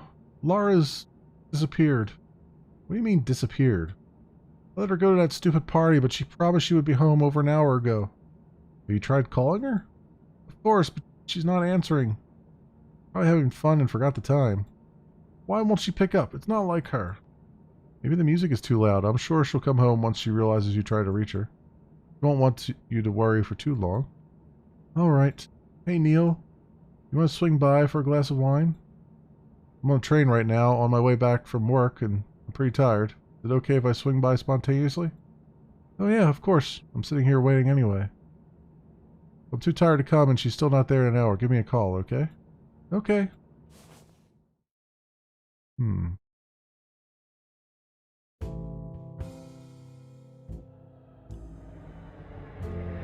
Louisville. Louisville.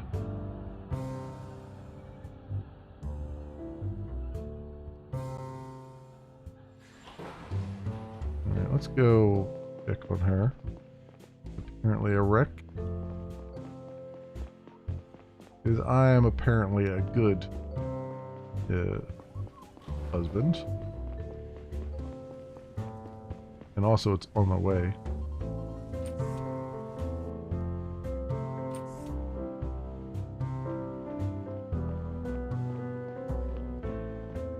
Hey, want to go up on the roof? Yeah, why not? Haven't been up there in a while. One of the reasons why we rented the apartment, remember? Of course I do.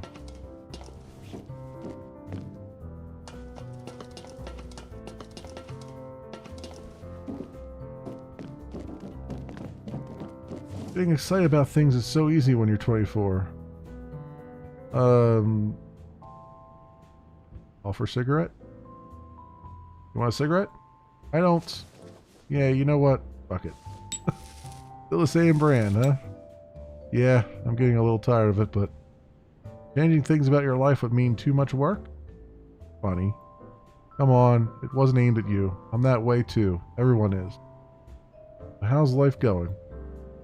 Okay, I guess. Yours? Same. I know it's silly, but I sometimes still wonder why it didn't work out with us. There was a time when I was so sure we were a perfect match. I've asked myself the same a million times. And I came up with lots of different answers. We were too young for a kid. I was too focused on my new job. Our place was too small. I wanted to find that one good reason to explain it to myself. Make sense of it. And honestly, I think we were just bad at it. Couldn't stop fighting about the same small bullshit. We kept hurting each other for no reason until we reached the point of no return. That's it. Maybe you're right. That's sad, don't you think? Yeah. Don't worry too much about Laura. I'm sure she's fine. We should be happy for her that she's having a good time at that party. You said yourself that she had some trouble fitting in with the other kids. Yeah, I know. It's just... Think about the shit I did when I was her age. Probably why I worry so much about her. She turned out okay. I'm sure Laura will too. She's smart. I can barely keep my eyes open. I have to go home now before I fall off this roof. If Laura isn't home in an hour, give me a call, okay? I will. Thanks for swinging by. It was nice to be up here with you again. I'll stay a little longer. What a throwback, huh? It was nice. See you soon.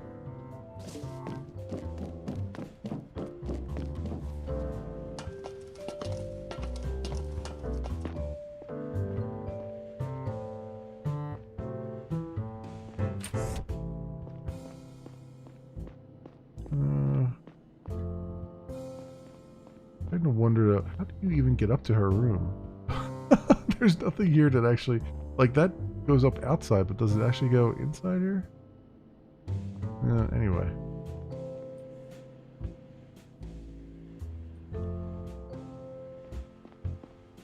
I would kind of take this opportunity to go through her room and see if there's anything incriminating there.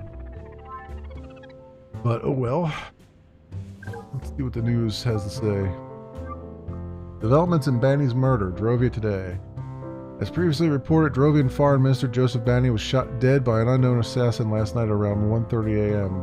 Attorney General Amelia Thorne announced this morning that the CDI has already arrested the suspected killer, did not elaborate on his identity or motives. Liam Campbell, chief of the CDI's Terror Prevention Unit, which was in large part responsible for Banny's visit during his stay, is expected to make a statement on his own later today. Daniel Marav, Savient Prime Minister of Drovia's colonial government, called the murder an extraordinary failure of the Garian state, adding it was a scandal that Drovian politicians have to fear for their lives on Garian soil. Drovia today has already spoken to two key witnesses, Mr. Banny's personal bodyguards, Carl Smith and Lisa Morden. They were both present at the villa at the time of his murder. Both are reported to have been treated respectfully by the CDI and that the Garian authorities showed genuine concern and professionalism in the matter. Damn straight. I am Mr. Professional. As I smoke like a chimney. Go up here.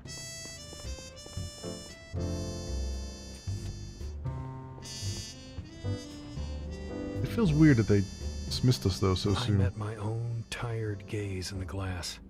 There were so many things on my mind. Laura's disappearance worried me more than I had shown. I thought maybe it had been the wrong call to let her go to that party. In hindsight, it probably wouldn't have mattered. And then there was Cox. I was curious about his explanation as to why he had opened fire on us. But mostly, I was glad that I hadn't had to shoot him.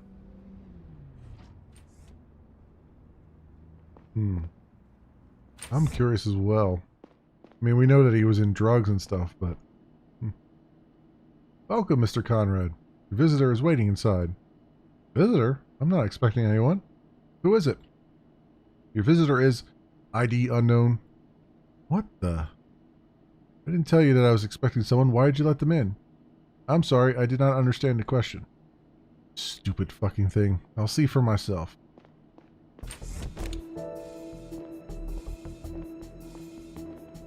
with my gun out. And there's something... Oh. Who is this redhead? Benny, why did you let this redhead into my house? You can put that gun away. Who are you? Is this Zora?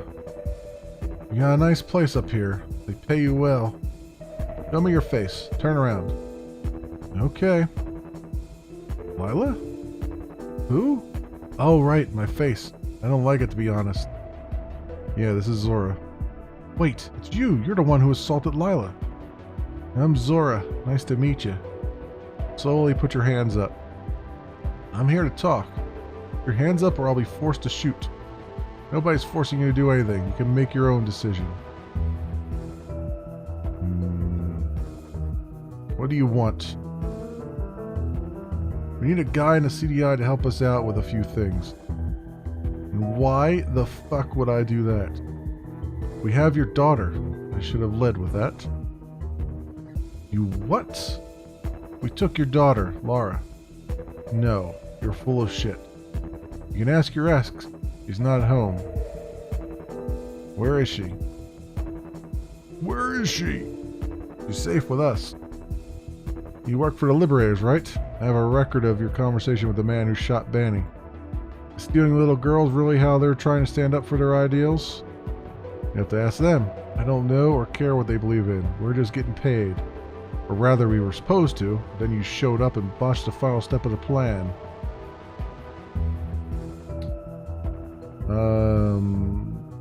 Who is we? Kind of people you call when you want a foreign minister dead. You're mercenaries. What do you call yourselves? It wouldn't help you even if I told you. Feeling the chief's data was part of your contract with the Liberators? They pieced that together already. Yes. What was on that stick that made it so important? No idea. Wait, you don't know either? I thought you had the drive. I don't, and I don't think I'll get my hands on it anytime soon. Why aren't we telling her this? Who has it then if you don't? My superiors, if it still exists at all. That complicates things. I guess we'll have to move on to Plan B right away. The handover went south, the Liberators refused to pay us. We need that data to get our money after all. This is where you come in. If you figure out what that data is about, we might be able to locate it in the CDI database and extract it. I'll send a private sheet to your cell. Submit it to us once you've found out. I will do no such thing. Don't be difficult and hand me your cell for a minute, will you? Why? You don't need it to open a sheet. That's for something else. I need access to the CDI network for a moment. What for? Set up a backdoor for our hack. Why are you telling me all this? I could arrest you right here but you won't. I doubt that you could. I'm telling you this because we work together now. The better you do your part, the sooner our client pays us and the sooner you see your daughter again. If you do anything on my cell, they will trace it back to me. Don't worry, I'll use someone else's credentials. Whose credentials? Doesn't matter. Give me your cell. Please tell me who I'd be throwing under the bus. Gary Long. What? No, his job means everything to him. Is that really more important to you than Lara's safety? Come on. He's your only bargaining chip. I'll try to find out what that data was about. That's got to count for something. You're definitely not increasing her chances if you don't cooperate now.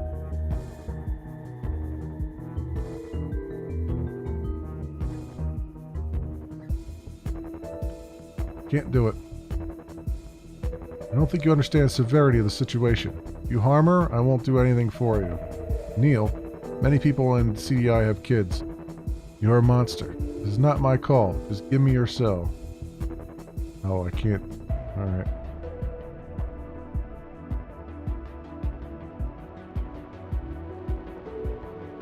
Use my login. You wouldn't want to get yourself in trouble like this. No, you wouldn't want me to get in trouble like this. I'm too important for you. So we agree. It has to be your colleague's credentials. No, use mine. Use my credentials or I'm not giving it to you. Fine. My boss won't be happy about it. This wasn't the plan.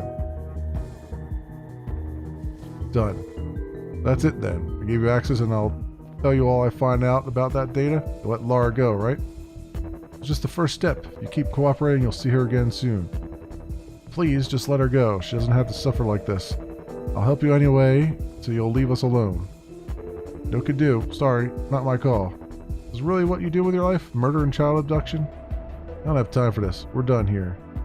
Answer my question. How do you live with yourself? You work for the CDI. Don't you kill and abduct people all the time? Spare me your moral relativism crap. I'm not a mercenary. Sure you are. CDI is trying to do the right thing. You do whatever the highest bidder tells you to. The right thing? What kind of childish nonsense do you believe in? You don't have to believe in anything to not be evil. I don't believe in anything in particular. And yet here you are talking about good and evil. Because we know what that is. We have an intuition for it. Bullshit. There's no such thing. We invented it. No. Look, this lizard over there, he's my friend. He has never done anything evil. He can't. All animals just do shit for a while and then they die. Look, you trying to keep me talking? You can't pretend to not care about anything. In fact, I know you do. You were separated from someone you care about. What are you talking about? The sniper we caught. You care about him, don't you? I wanted to start a new life with him.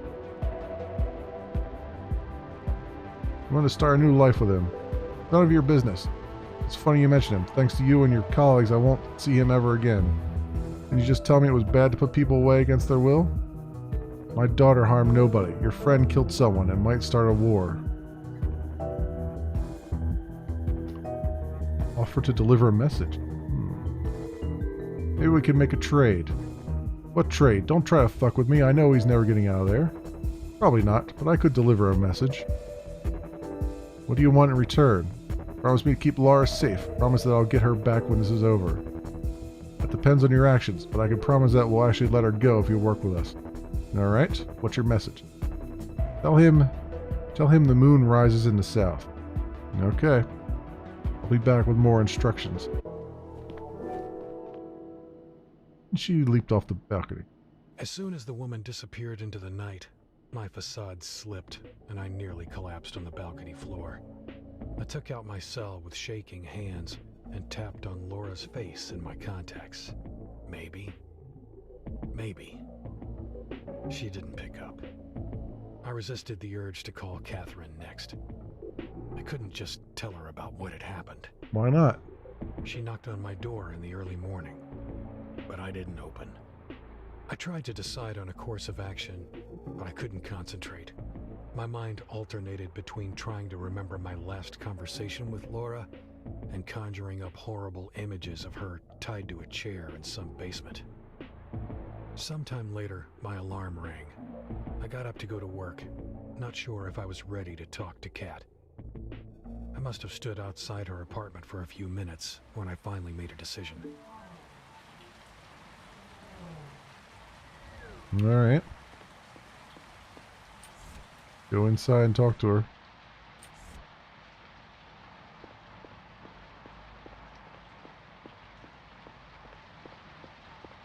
Neil, where the fuck have you been? I've tried to call you a million times.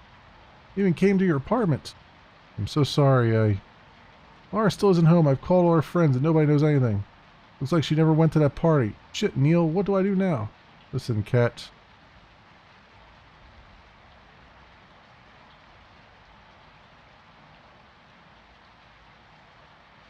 I know what happened to her. What? She was abducted. They took her to blackmail me. I'm so sorry. What are you saying? Who took her? I'm not sure yet. Seems like they're a group of mercenaries involved in Banny's murder. No. They promised they wouldn't harm her if I do what they say. How can you do that to us? I didn't. Not like I allowed them to take her. You have to tell the CDI. Maybe they could find out where she is and get her out of there. Too risky right now. I'm afraid of what they'll do if they find out I snitched. You think that people who abduct children and murder foreign ministers give a shit about their promises? I'm still evaluating the situation. I'll do everything in my power to keep her safe. What do they want from you? They want me to leak information about the case I'm investigating, about the liberators. Please, Kat, trust me with this, okay? I won't let them do anything to her. I have to go. I'll call you as soon as I hear anything. And you do the same, okay? Alright, I'll be here all day. Yeah, telling her was probably the right thing. Probably. Probably end up being the wrong thing, but you know.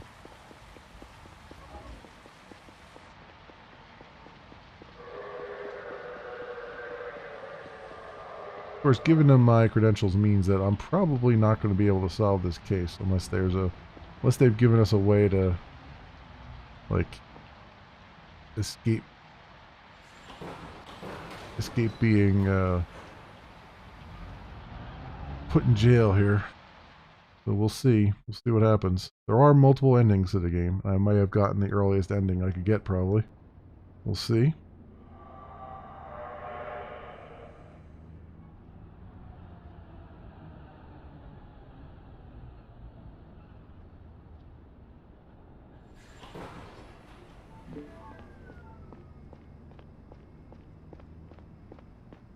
Talk to Gary.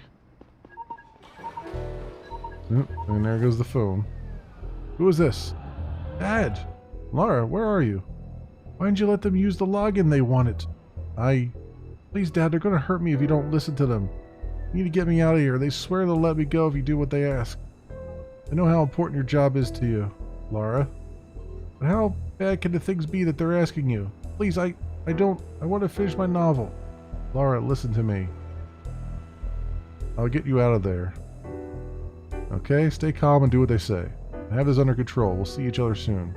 I need to go. Yep.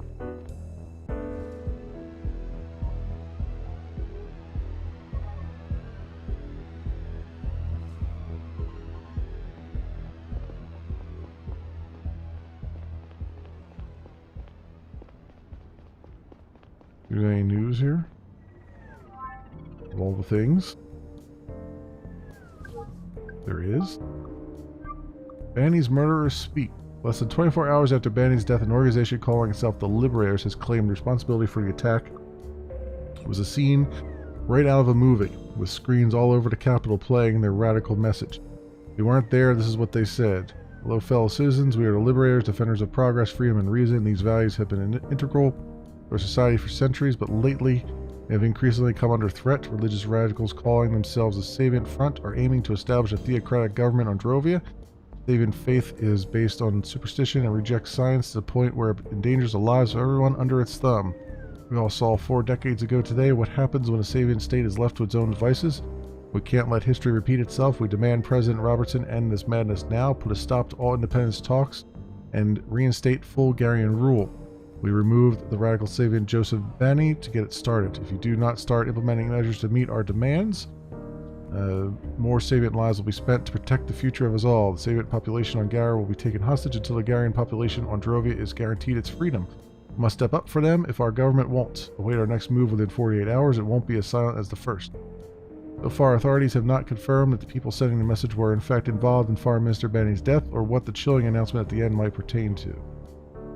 Disclaimer, the Garian Gazette does not support this message and will continue to stand for togetherness and inclusivity in these difficult times. Okay. Well, see what crap I'm about to walk into here. Morning, Conrad. You look pale. Are you sick? No, I'm fine. Hope you got some rest after yesterday's incident. Let me bring you up to speed. The chief said he's making some announcement this morning. Didn't sound good at all. We'll see in a few minutes. Took Cox in for questioning. You can interrogate him later. First, you should talk to Saito. He's in our office and has some new intel on Moore and Cox for you. Okay, I'm on it. Listen, Conrad. It might have been a little intense these past few days. These are special circumstances. You understand that, right?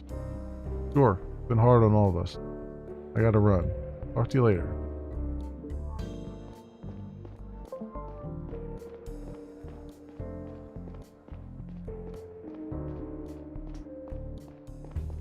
Okay. Our office was over here, right?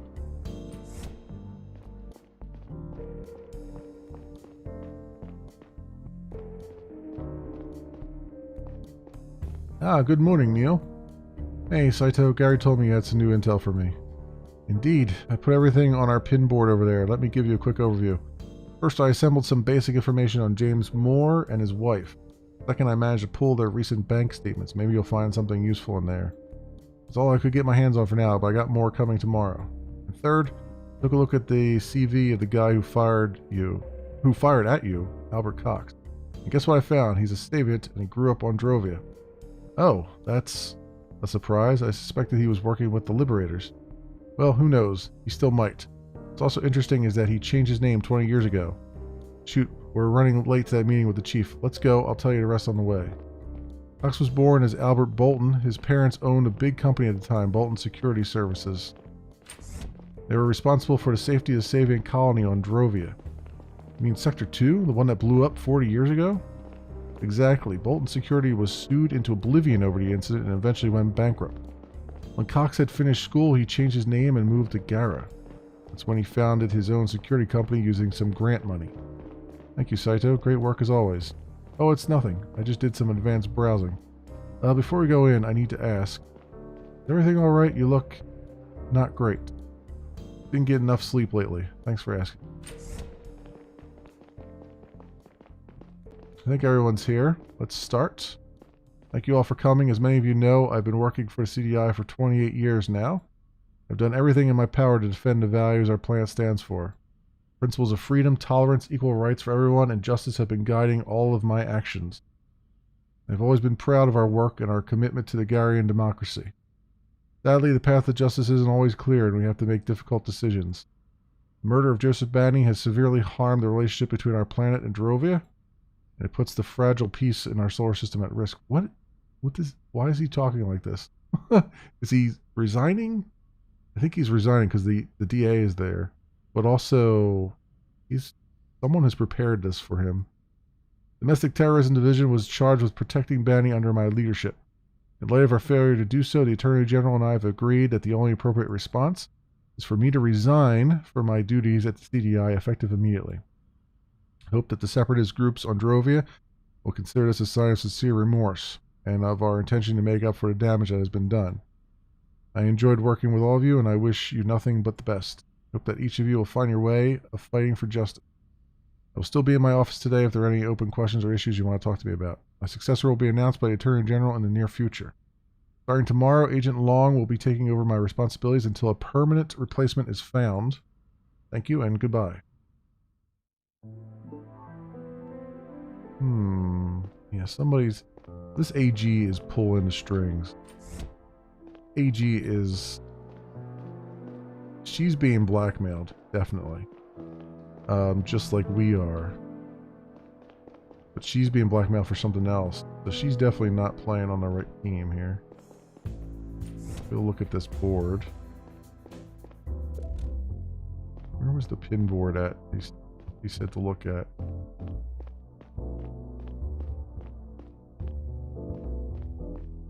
He said there was a pin board here. Is it this one? Anything on there?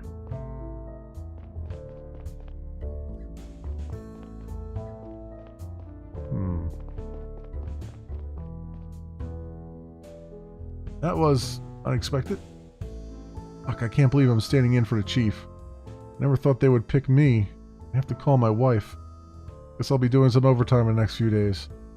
Don't you think it's strange the AG fired him? I have to admit, she never really liked him. Maybe she was waiting for an opportunity. Someone had to get fired for Benny's death just for the optics, don't you think? Maybe. But the chief always did an excellent job. It didn't have to be him. I'm not thrilled about it either, but we should focus on the Liberator's threat.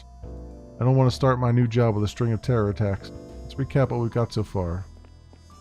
Listen up, squad. Time for a little wrap-up. Suppose you're all as surprised as I am about our chief's sudden retirement. However, we need to focus on the Liberators and their plans now. Let's go over everything we've got so far once more. Drovia's Foreign Minister Banny was shot last night by a sniper who goes by the name of Boit. Boit then went to see a woman named Zora, which seems to have been a deviation from their original plan. He convinced her to hand him a stick with the confidential stolen data. Next morning, Boit met another man to hand him that data. Abraham Gonzalez, CEO of the Drovian company Power Up. We were able to extract a deleted message from Gonzalez's cell, which proves that someone paid him to fetch the stick and send the data to an unknown address once he was outside the Garian network. This leads us to believe that the data cannot be sent unnoticed via the web, which applies only to the best-kept secrets of the Garian government. We don't know who paid either of them, but the message to Gonzalez was sent via an encrypted channel on the Mercurius network. That means that it must be one of the higher-ups of a large, publicly traded company. We don't know what was on the data stick because we haven't been cleared for access yet. Yesterday morning, an anti-Savient terror group calling themselves the Liberators publicly broadcast a video in which they claimed responsibility for Banny's murder. They also announced a second attack within 48 hours. The broadcast was sent from the Ad Spot building. They operate all the billboards across the city. At the time the video started, the building was being guarded by a Cox security employee. We have reason to believe that the perpetrator was another employee of that same company, James Moore. His wife says that he went on a holiday at Manami Tree Resort, but he never turned up there. We're currently running a planet-wide search for him, but without success so far. The CEO of Cox Security, Albert Cox, opened a fire on an Agent Conrad and myself when we went to arrest him. Why were you arresting Cox? It was an order from the Attorney General. Conrad convinced Cox to surrender. We arrested him and brought him in for questioning. He had been in the process of destroying hard drives before we arrived. Our IT department is currently trying to restore what's left of the data. Do you think that Cox is a key figure behind the Liberators? He certainly is involved with them in some way, but he doesn't have access to the Mercurius network. We have to assume that there is some bigger fish behind Cox. What's also strange is that he is a Sabian himself. He grew up on Drovia. Our current priority is to prevent any further attacks. Paulroy, I want you to support the ongoing manhunt for James Moore. Young, we brought some stuff back from Cox's office. Work your magic on it. Let us know if you find something. Saito, you keep gathering as much information as you can on our prime suspect. Conrad, you should check whether we can establish a motive why Moore would support the Liberators. Take a look at all the evidence we've got, including the information Saito put up on our pin board. We should also have a chat with Cox. We brought him to the interrogation room in the basement. Roger that. We also brought our sniper in for a second round of questioning. You could give it another try and see if you get something out of him. Gonzalez surrounded himself with lawyers. It could be a while until we can investigate him again. That's all for now. Come back to me when you got something. Wow. This is crazy, pants. Let's see what we got here. Bank statement. School subscription. Okay. Vival Pharmaceutics. Subscription number 042. Rejected insufficient funds in account. 0402. Chargeback. Pregnancy test. Salary. His account balance. Whoa. So he got $10,000 from his salary from Cox Security Services.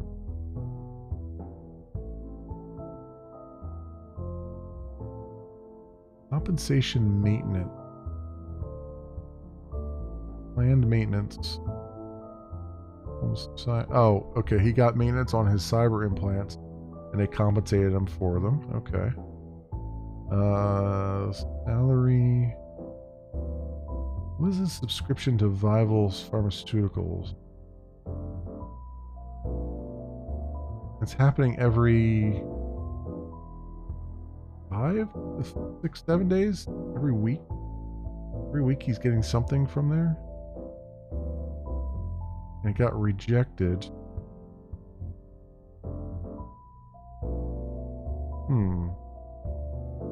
Interesting. More recent bank statements. Oh, that's right. The pharmaceutical was because she needs it for her lung thing. So there was a chargeback on one. She missed it for a week, potentially. Evelyn Moore. We're at James Moore. It's 1820.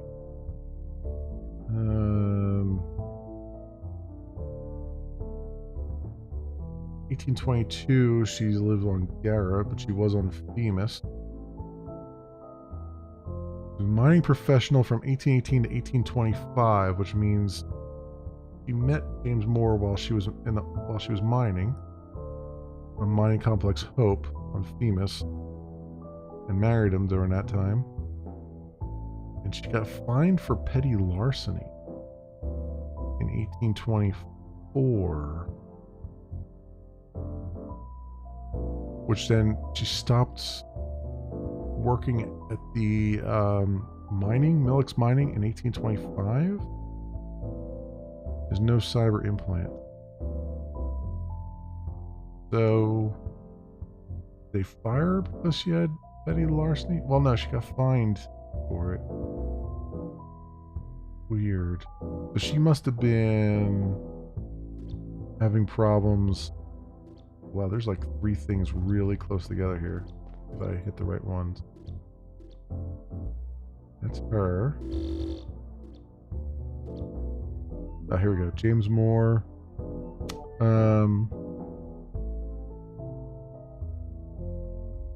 So he was junior security professional for Bemmel Security Agency FEMAS. Senior security professional for Cox Security Services in 1822. So he met her while he was a security guy. 1824, fined for bodily harm. Fined for attempted theft. 6 months prison for transporting illegal substances. He is... I think he's dealing in whatever pharmaceutical drug she needs. Because it feels like the bodily harm was he took it out on somebody. Probably one of the managers at her mining thing. The attempted theft was probably him trying to get her pharmaceuticals. And the illegal substances, we know about that one. He's got cyber implants, calmed brain enhancement, resistance against mind-altering drug, extended field of view, reaction augment, shortened reaction time, increased hand-eye coordination. Interesting. Which would make sense. I guess the reaction time and increased hand-eye coordination would make sense for being a security person. And even the extended field of view, but the mind-altering drugs resistance? That's interesting.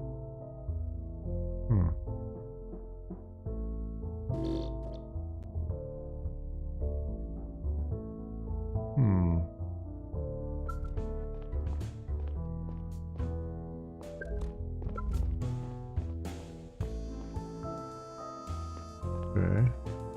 We can actually talk to this, dude down in the basement too. We want to. Where's the sheets here?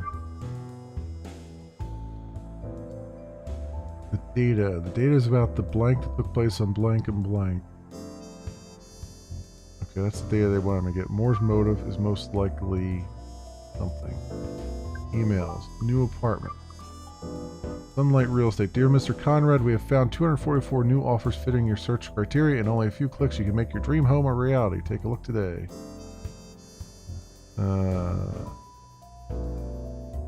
Layer higher and highest layer. Interior luxurious. 2 rooms or more. Your search has been running for 126 days. Okay. Interesting.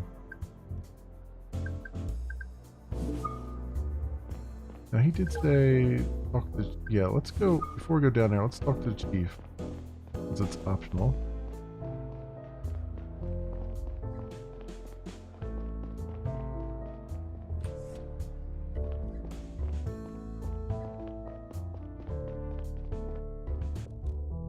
Or do that. Let's make sure there's nothing in here to see. I don't think there is, okay.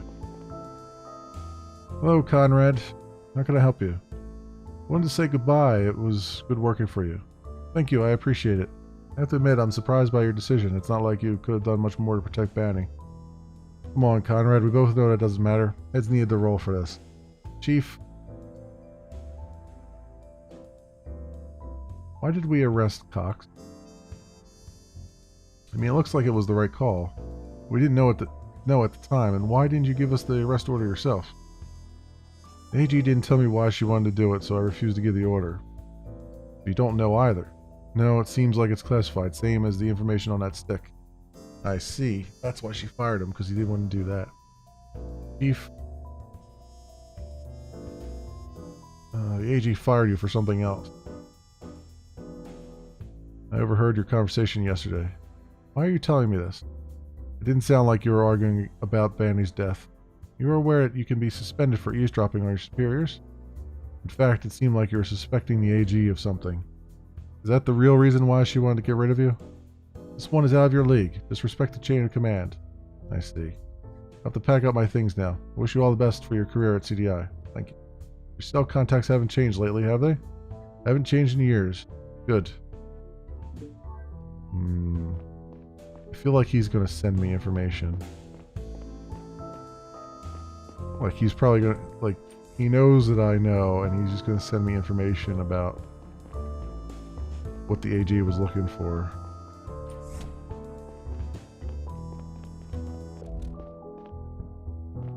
There's nothing up here. I thought there was something up here to interact with because I saw this door was interactable, but I guess not. The only thing would be down in the talk to Boyd. Now, if I give him, and here's the question: if I give him this code phrase, which is clearly a code phrase, what's he gonna do with it? Like, is he gonna like? Does he have like a poison pill or something that he's gonna take or something like that? Like, I'm wondering, or is he gonna give me information?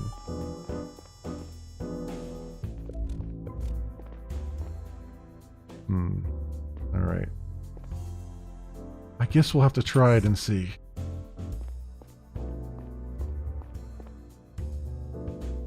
Long time no see. Still not the talkative type, huh? Okay, listen up. Things have changed since we last spoke. I turned off the camera so we could talk freely. The people have kidnapped my daughter to extort me. Last night your friend Zora came to my home and talked to me. Don't get your hopes up. About money, not your freedom.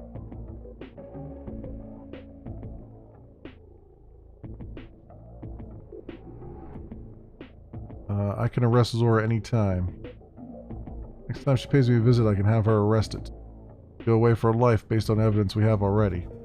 They kill your daughter for even trying. Ah, look at that. You know how it feels to care about someone, don't you? So you want your friend free, and I want my daughter alive. Maybe we can help each other. The ball's in your court. What exactly do you want me to do? Looks like I'm pretty much locked up in here. Who are those guys you and Zora are working for? We both know I can't give you any details. We're mercenaries, that's all I can say. Where do they keep Lara? I have no clue. We have a bunch of hideouts in the city, in the whole solar system. I don't even know all of them. And the whole... That's a pretty huge organization you're a part of. We're not just some thugs, we're professionals. Want me to help you? I'll give you one piece of advice. Do what they tell you. If I do, while I get her back, we usually keep our end of the bargain. Why, are they blackmailing you? People who ask you to shoot Benny won't pay them because we prevented the handover. Now they want me to help them get the data back. I see. Well, there's not much I can do for you. Good luck with your daughter. I have a message from Zora. For you. What message? The moon rises in the south. That guy I met at Jora's Plaza. He was pretty sure he got his assignment from someone in the Telanium business. You mean Gonzalez? The man you brought the storage module? The man you brought the storage module? The man you brought... Okay, I think that something's wrong with that sentence. Anyway, if that's his name, maybe that'll help you somehow. Thanks for letting me know. Tell Zora that the sun sleeps in the north? I will. Okay, I'll tell her. Good luck with your daughter. I don't think I'll tell her because she has the power to do something about that. And I rather not. So I got some information from him, which we probably wouldn't have gotten otherwise. Where's my logs at? So...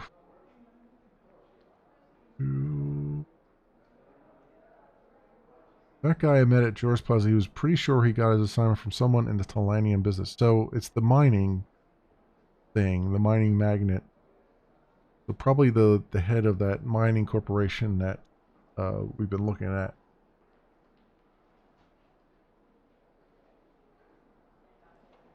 Potentially. So that's a thing.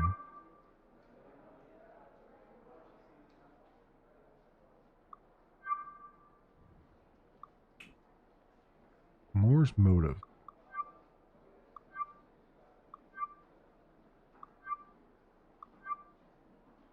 Well, he can't be addicted to to drugs because he's got that implant that prevents him from being addicted. So I think his sick wife is probably his motive, just thinking between the lines here. But we won't have the information on that right now.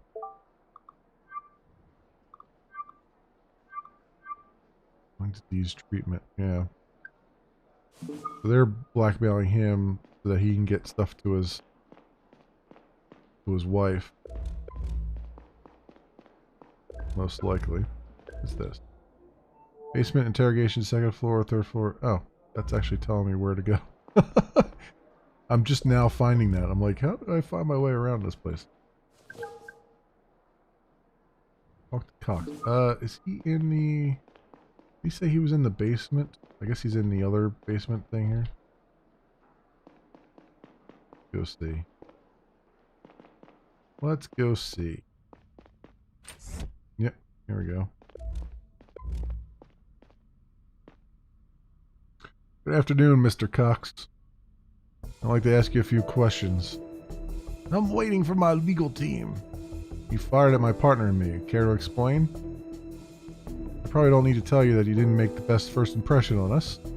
Your behavior and your company's involvement in yesterday's broadcast make it look like you're somehow involved with the Liberators. Quick look at your biography showed that you are...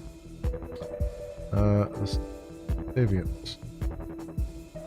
And you grew up on... Drovia. Yeah, he was the one from the colony. Doesn't make sense. It doesn't make sense that you'd support an anti-Savian terror group. 25 years ago, you moved to Gara, right? Why? Sometimes life forces us to do things we don't want to. You don't like it here? I don't. Why not? Why don't you ask that yourself and your fellow Garians? Consider Drovians your enemy and Stavians backwards radicals. If you have the choice between hiring a Garian or a Drovian, you hire a Garian. All the missions we ever get come from Drovia. Why haven't you gone back then? Because my compatriots are happy to have a reliable partner for their companies here in Gara. We escort their goods, offer them personal security, you name it. Your parents had a security company as well, didn't they? It was responsible for security at...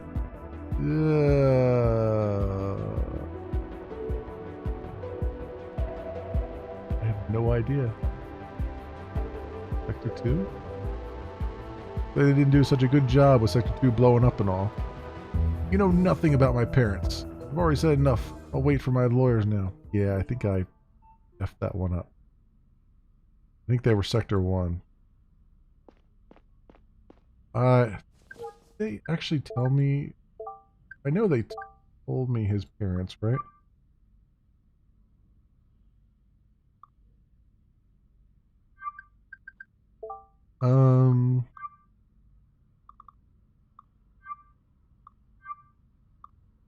I definitely screwed that one up. I think his parents were... I mean, that was a weird thing to bring up. Was the parents. Like, I never even thought to, like... think about what his parents did. I have that under clues here somewhere.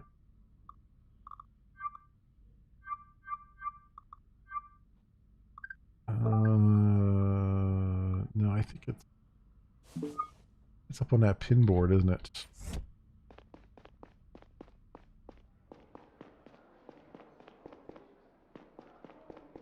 Now I gotta know, because I think they were Sector 1. And I just screwed that up entirely. Wait, this is not about them, though. This is about...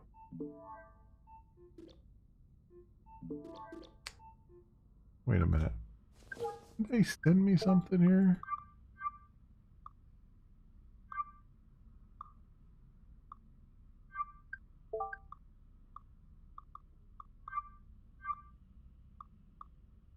New intel. Some bank statements. He's a Deviant and grew up on Drovia.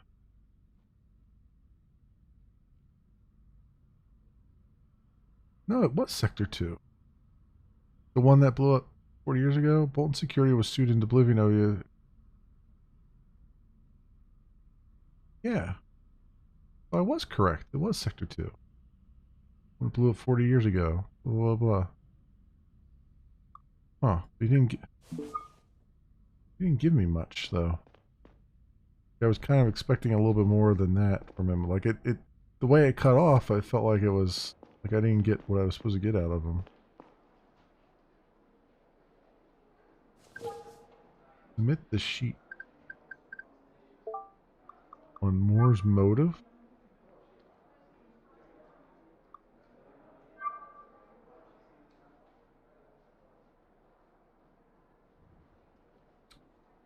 Which sheet do they want me to... I guess they want me to submit this one. Oh, yeah, this one's ready.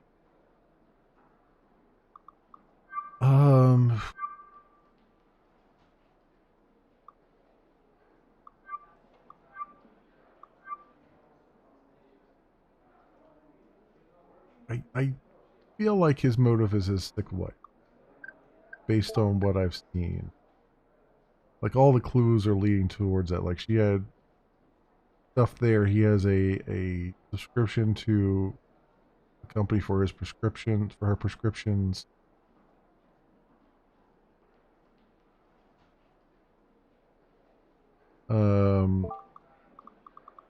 That's just that's what I'm getting from, like, his nationalism, possibly, but I don't think it is.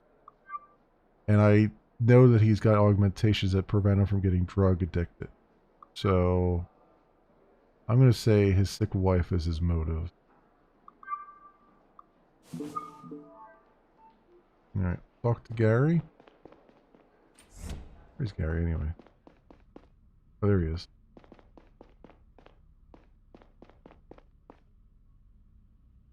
Conrad, I just read your sheet on Moore. Looks like a motive can be established.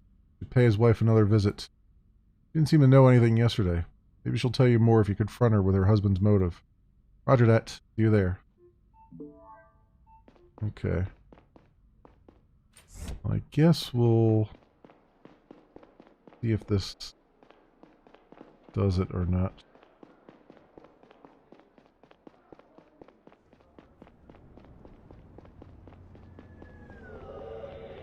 Oh, I keep missing the stairs.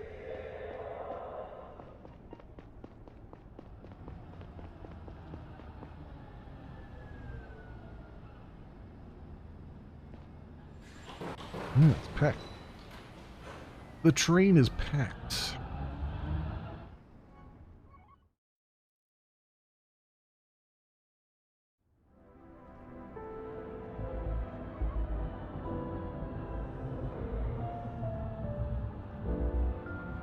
The only problem with this game is I have to put it down and come back to it. Again enveloped by the smell of the And I'm going to forget everything. I thought back to the man I had been when Kat had brought me here. How did it all go so wrong? Deep down, I knew the answer. I was just too scared to commit to my family. It was so much easier to care about something that didn't have to like you back. That wouldn't go away if you didn't want it to. For me, that was my job. But ironically, protecting myself like that only made it hurt so much worse. Now that Laura was out of my reach, the pain of being separated was only amplified by the knowledge that I had missed so many opportunities to be with her.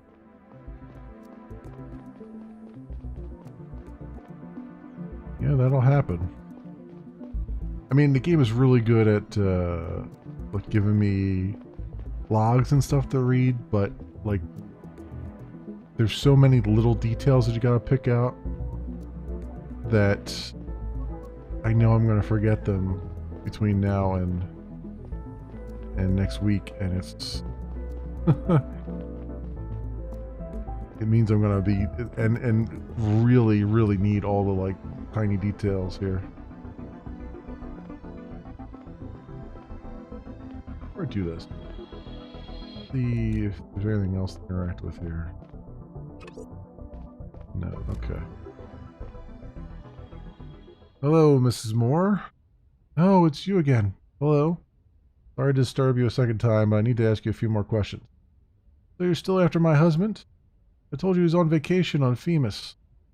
He isn't. We checked the ID scanners at all spaceports on Gara and Femus. He never left the planet. You must have overlooked something. Listen, I love James, but he's just a poor devil. Shouldn't the CI be taking care of the big fish? James isn't one of them. I think you're underestimating your husband. You might be about to make a grave mistake. Did you see the Liberators video yesterday? It was hard to miss, yeah. We have reason to believe that your husband is affiliated with them.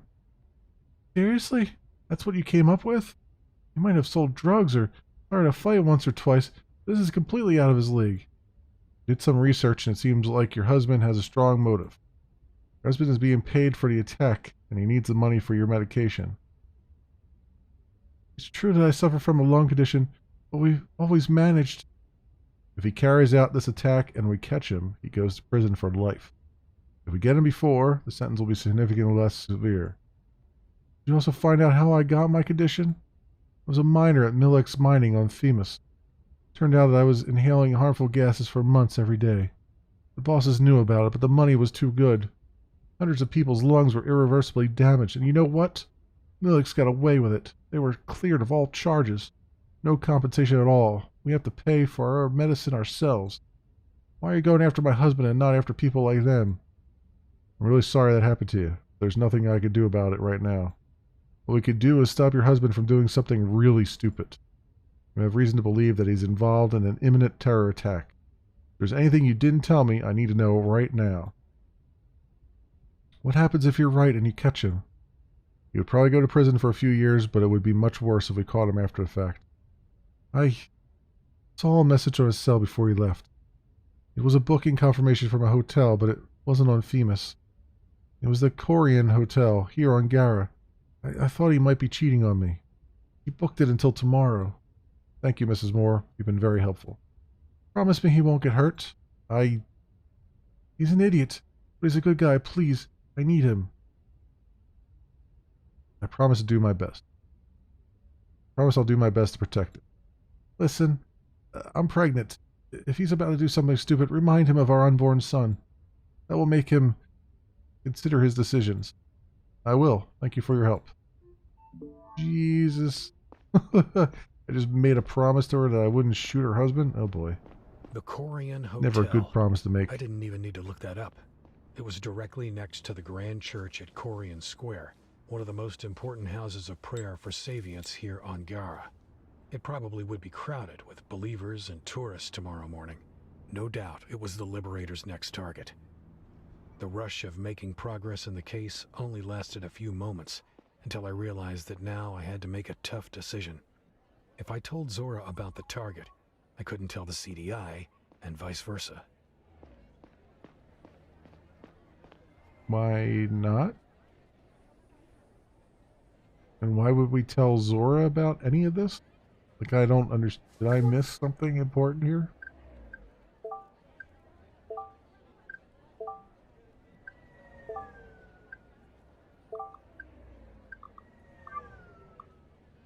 Oh, yeah, why would I tell Zora anything? I mean, I get it that, you know, we're trying to... Our daughter's safe and all, but, like, all she cares about is that data. She doesn't care about what else we know, right? Did I mistake something here? And I'll be honest, I'm kind of... Oh, Zora's here?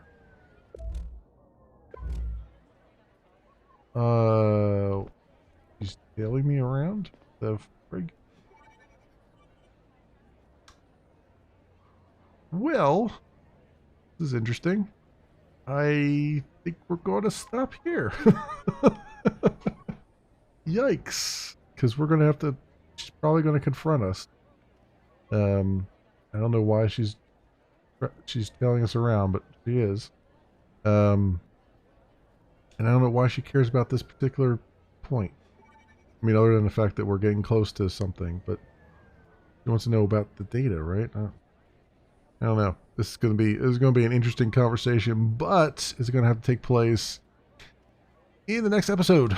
For those of you who will be watching it on the YouTubes, thanks so much for watching, and I will see you next time.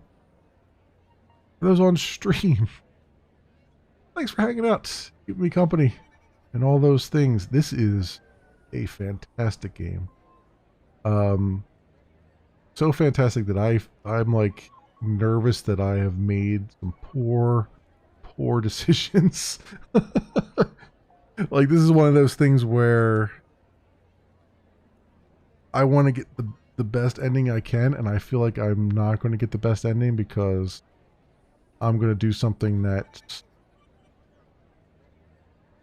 like, it feels like the game is going to try to force me to do something that I'm not going to, that is not above board, and then that's going to end up with a not so great ending. I'll have to see here. I'm kind of nervous. I don't want to do this right now because it's getting late, and I don't want to just mess up because I'm not thinking straight. But yeah, this is going to be a fun little this is going to be a fun little thing to fall back into next week, next Sunday. Oh man, this is good though. This is a really good game. I'm enjoying this. And it's only apparently 5 to 7 hours. We're probably at hour 5 now. 5 or 6. I wonder if it tells me how much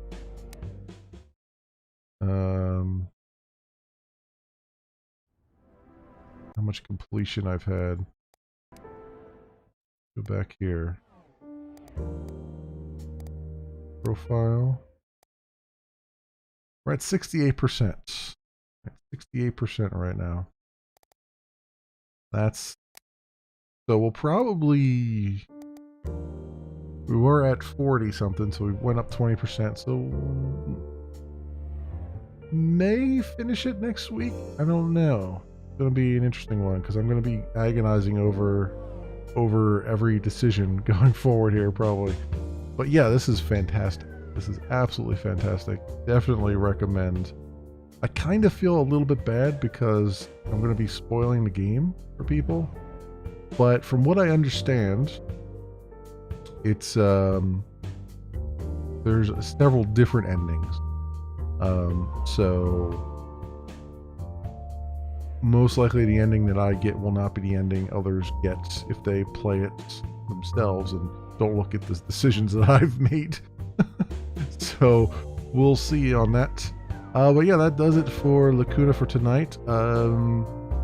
Tomorrow night is usually my programming stream. I may or may not do the programming stream tomorrow night. I might take the night off. I don't know, because I got to do like some editing and stuff, which I'm going to try to do some tonight, but we'll see. We'll see what I feel like. Then we'll be back Tuesday and Wednesday with some more Assassin's Creed Unity. Just finishing up the DLC for it, the Dead Kings DLC or whatever it is. I don't know how long it's going to take to do the Dead Kings DLC. I think they said it was like 8 hours to do it. But we'll see. I'm going to be focusing entirely on the main story there. I've done a little bit off camera that's just like side stuff. So we'll see what that's about. So we might finish that this week. If we finish it before the week is up, then I'll be switching over to the next thing on our list. Oh, I'm sorry. Wait a minute. I'm all confused. That is Thursday and Friday of next week will be Assassin's Creed Unity. We're switching over to 5 Nations. Tuesday and Wednesday we'll be back into Generation Zero. That's what it is. Getting all confused here. We'll be playing some more Generation Zero. That's going to be hanging around for a while, I imagine. Unless I somehow get to the end of that story. But I'm only going to finish like that story and then kind of be done with it, I think. And then next Saturday, I don't know what we're going to be doing. I haven't decided yet. Because we finished Homefront the Revolution. Well, kind of finished it. I'm going to finish the last episode off stream, but record it for the YouTubes. But we got all the way to what I think is the very last story mission on that. I also have to do some recordings with that as far as the Time Splitters 2 stuff. I just unlocked that today. So, all that stuff there. So next Saturday, I don't know. We'll see. It'll be a toss-up. I still have to update my offline screenshot. I haven't done that yet. So you'll see all the old stuff on the schedule there. But anyway, that does it for tonight. Thank you so much, everyone, for watching. I hope everyone has an excellent morning, afternoon, or evening, depending on what it is for you. And I hope to see you back here again in the future for some more stuff, whatever happens to suit your fancy. Until then, bye.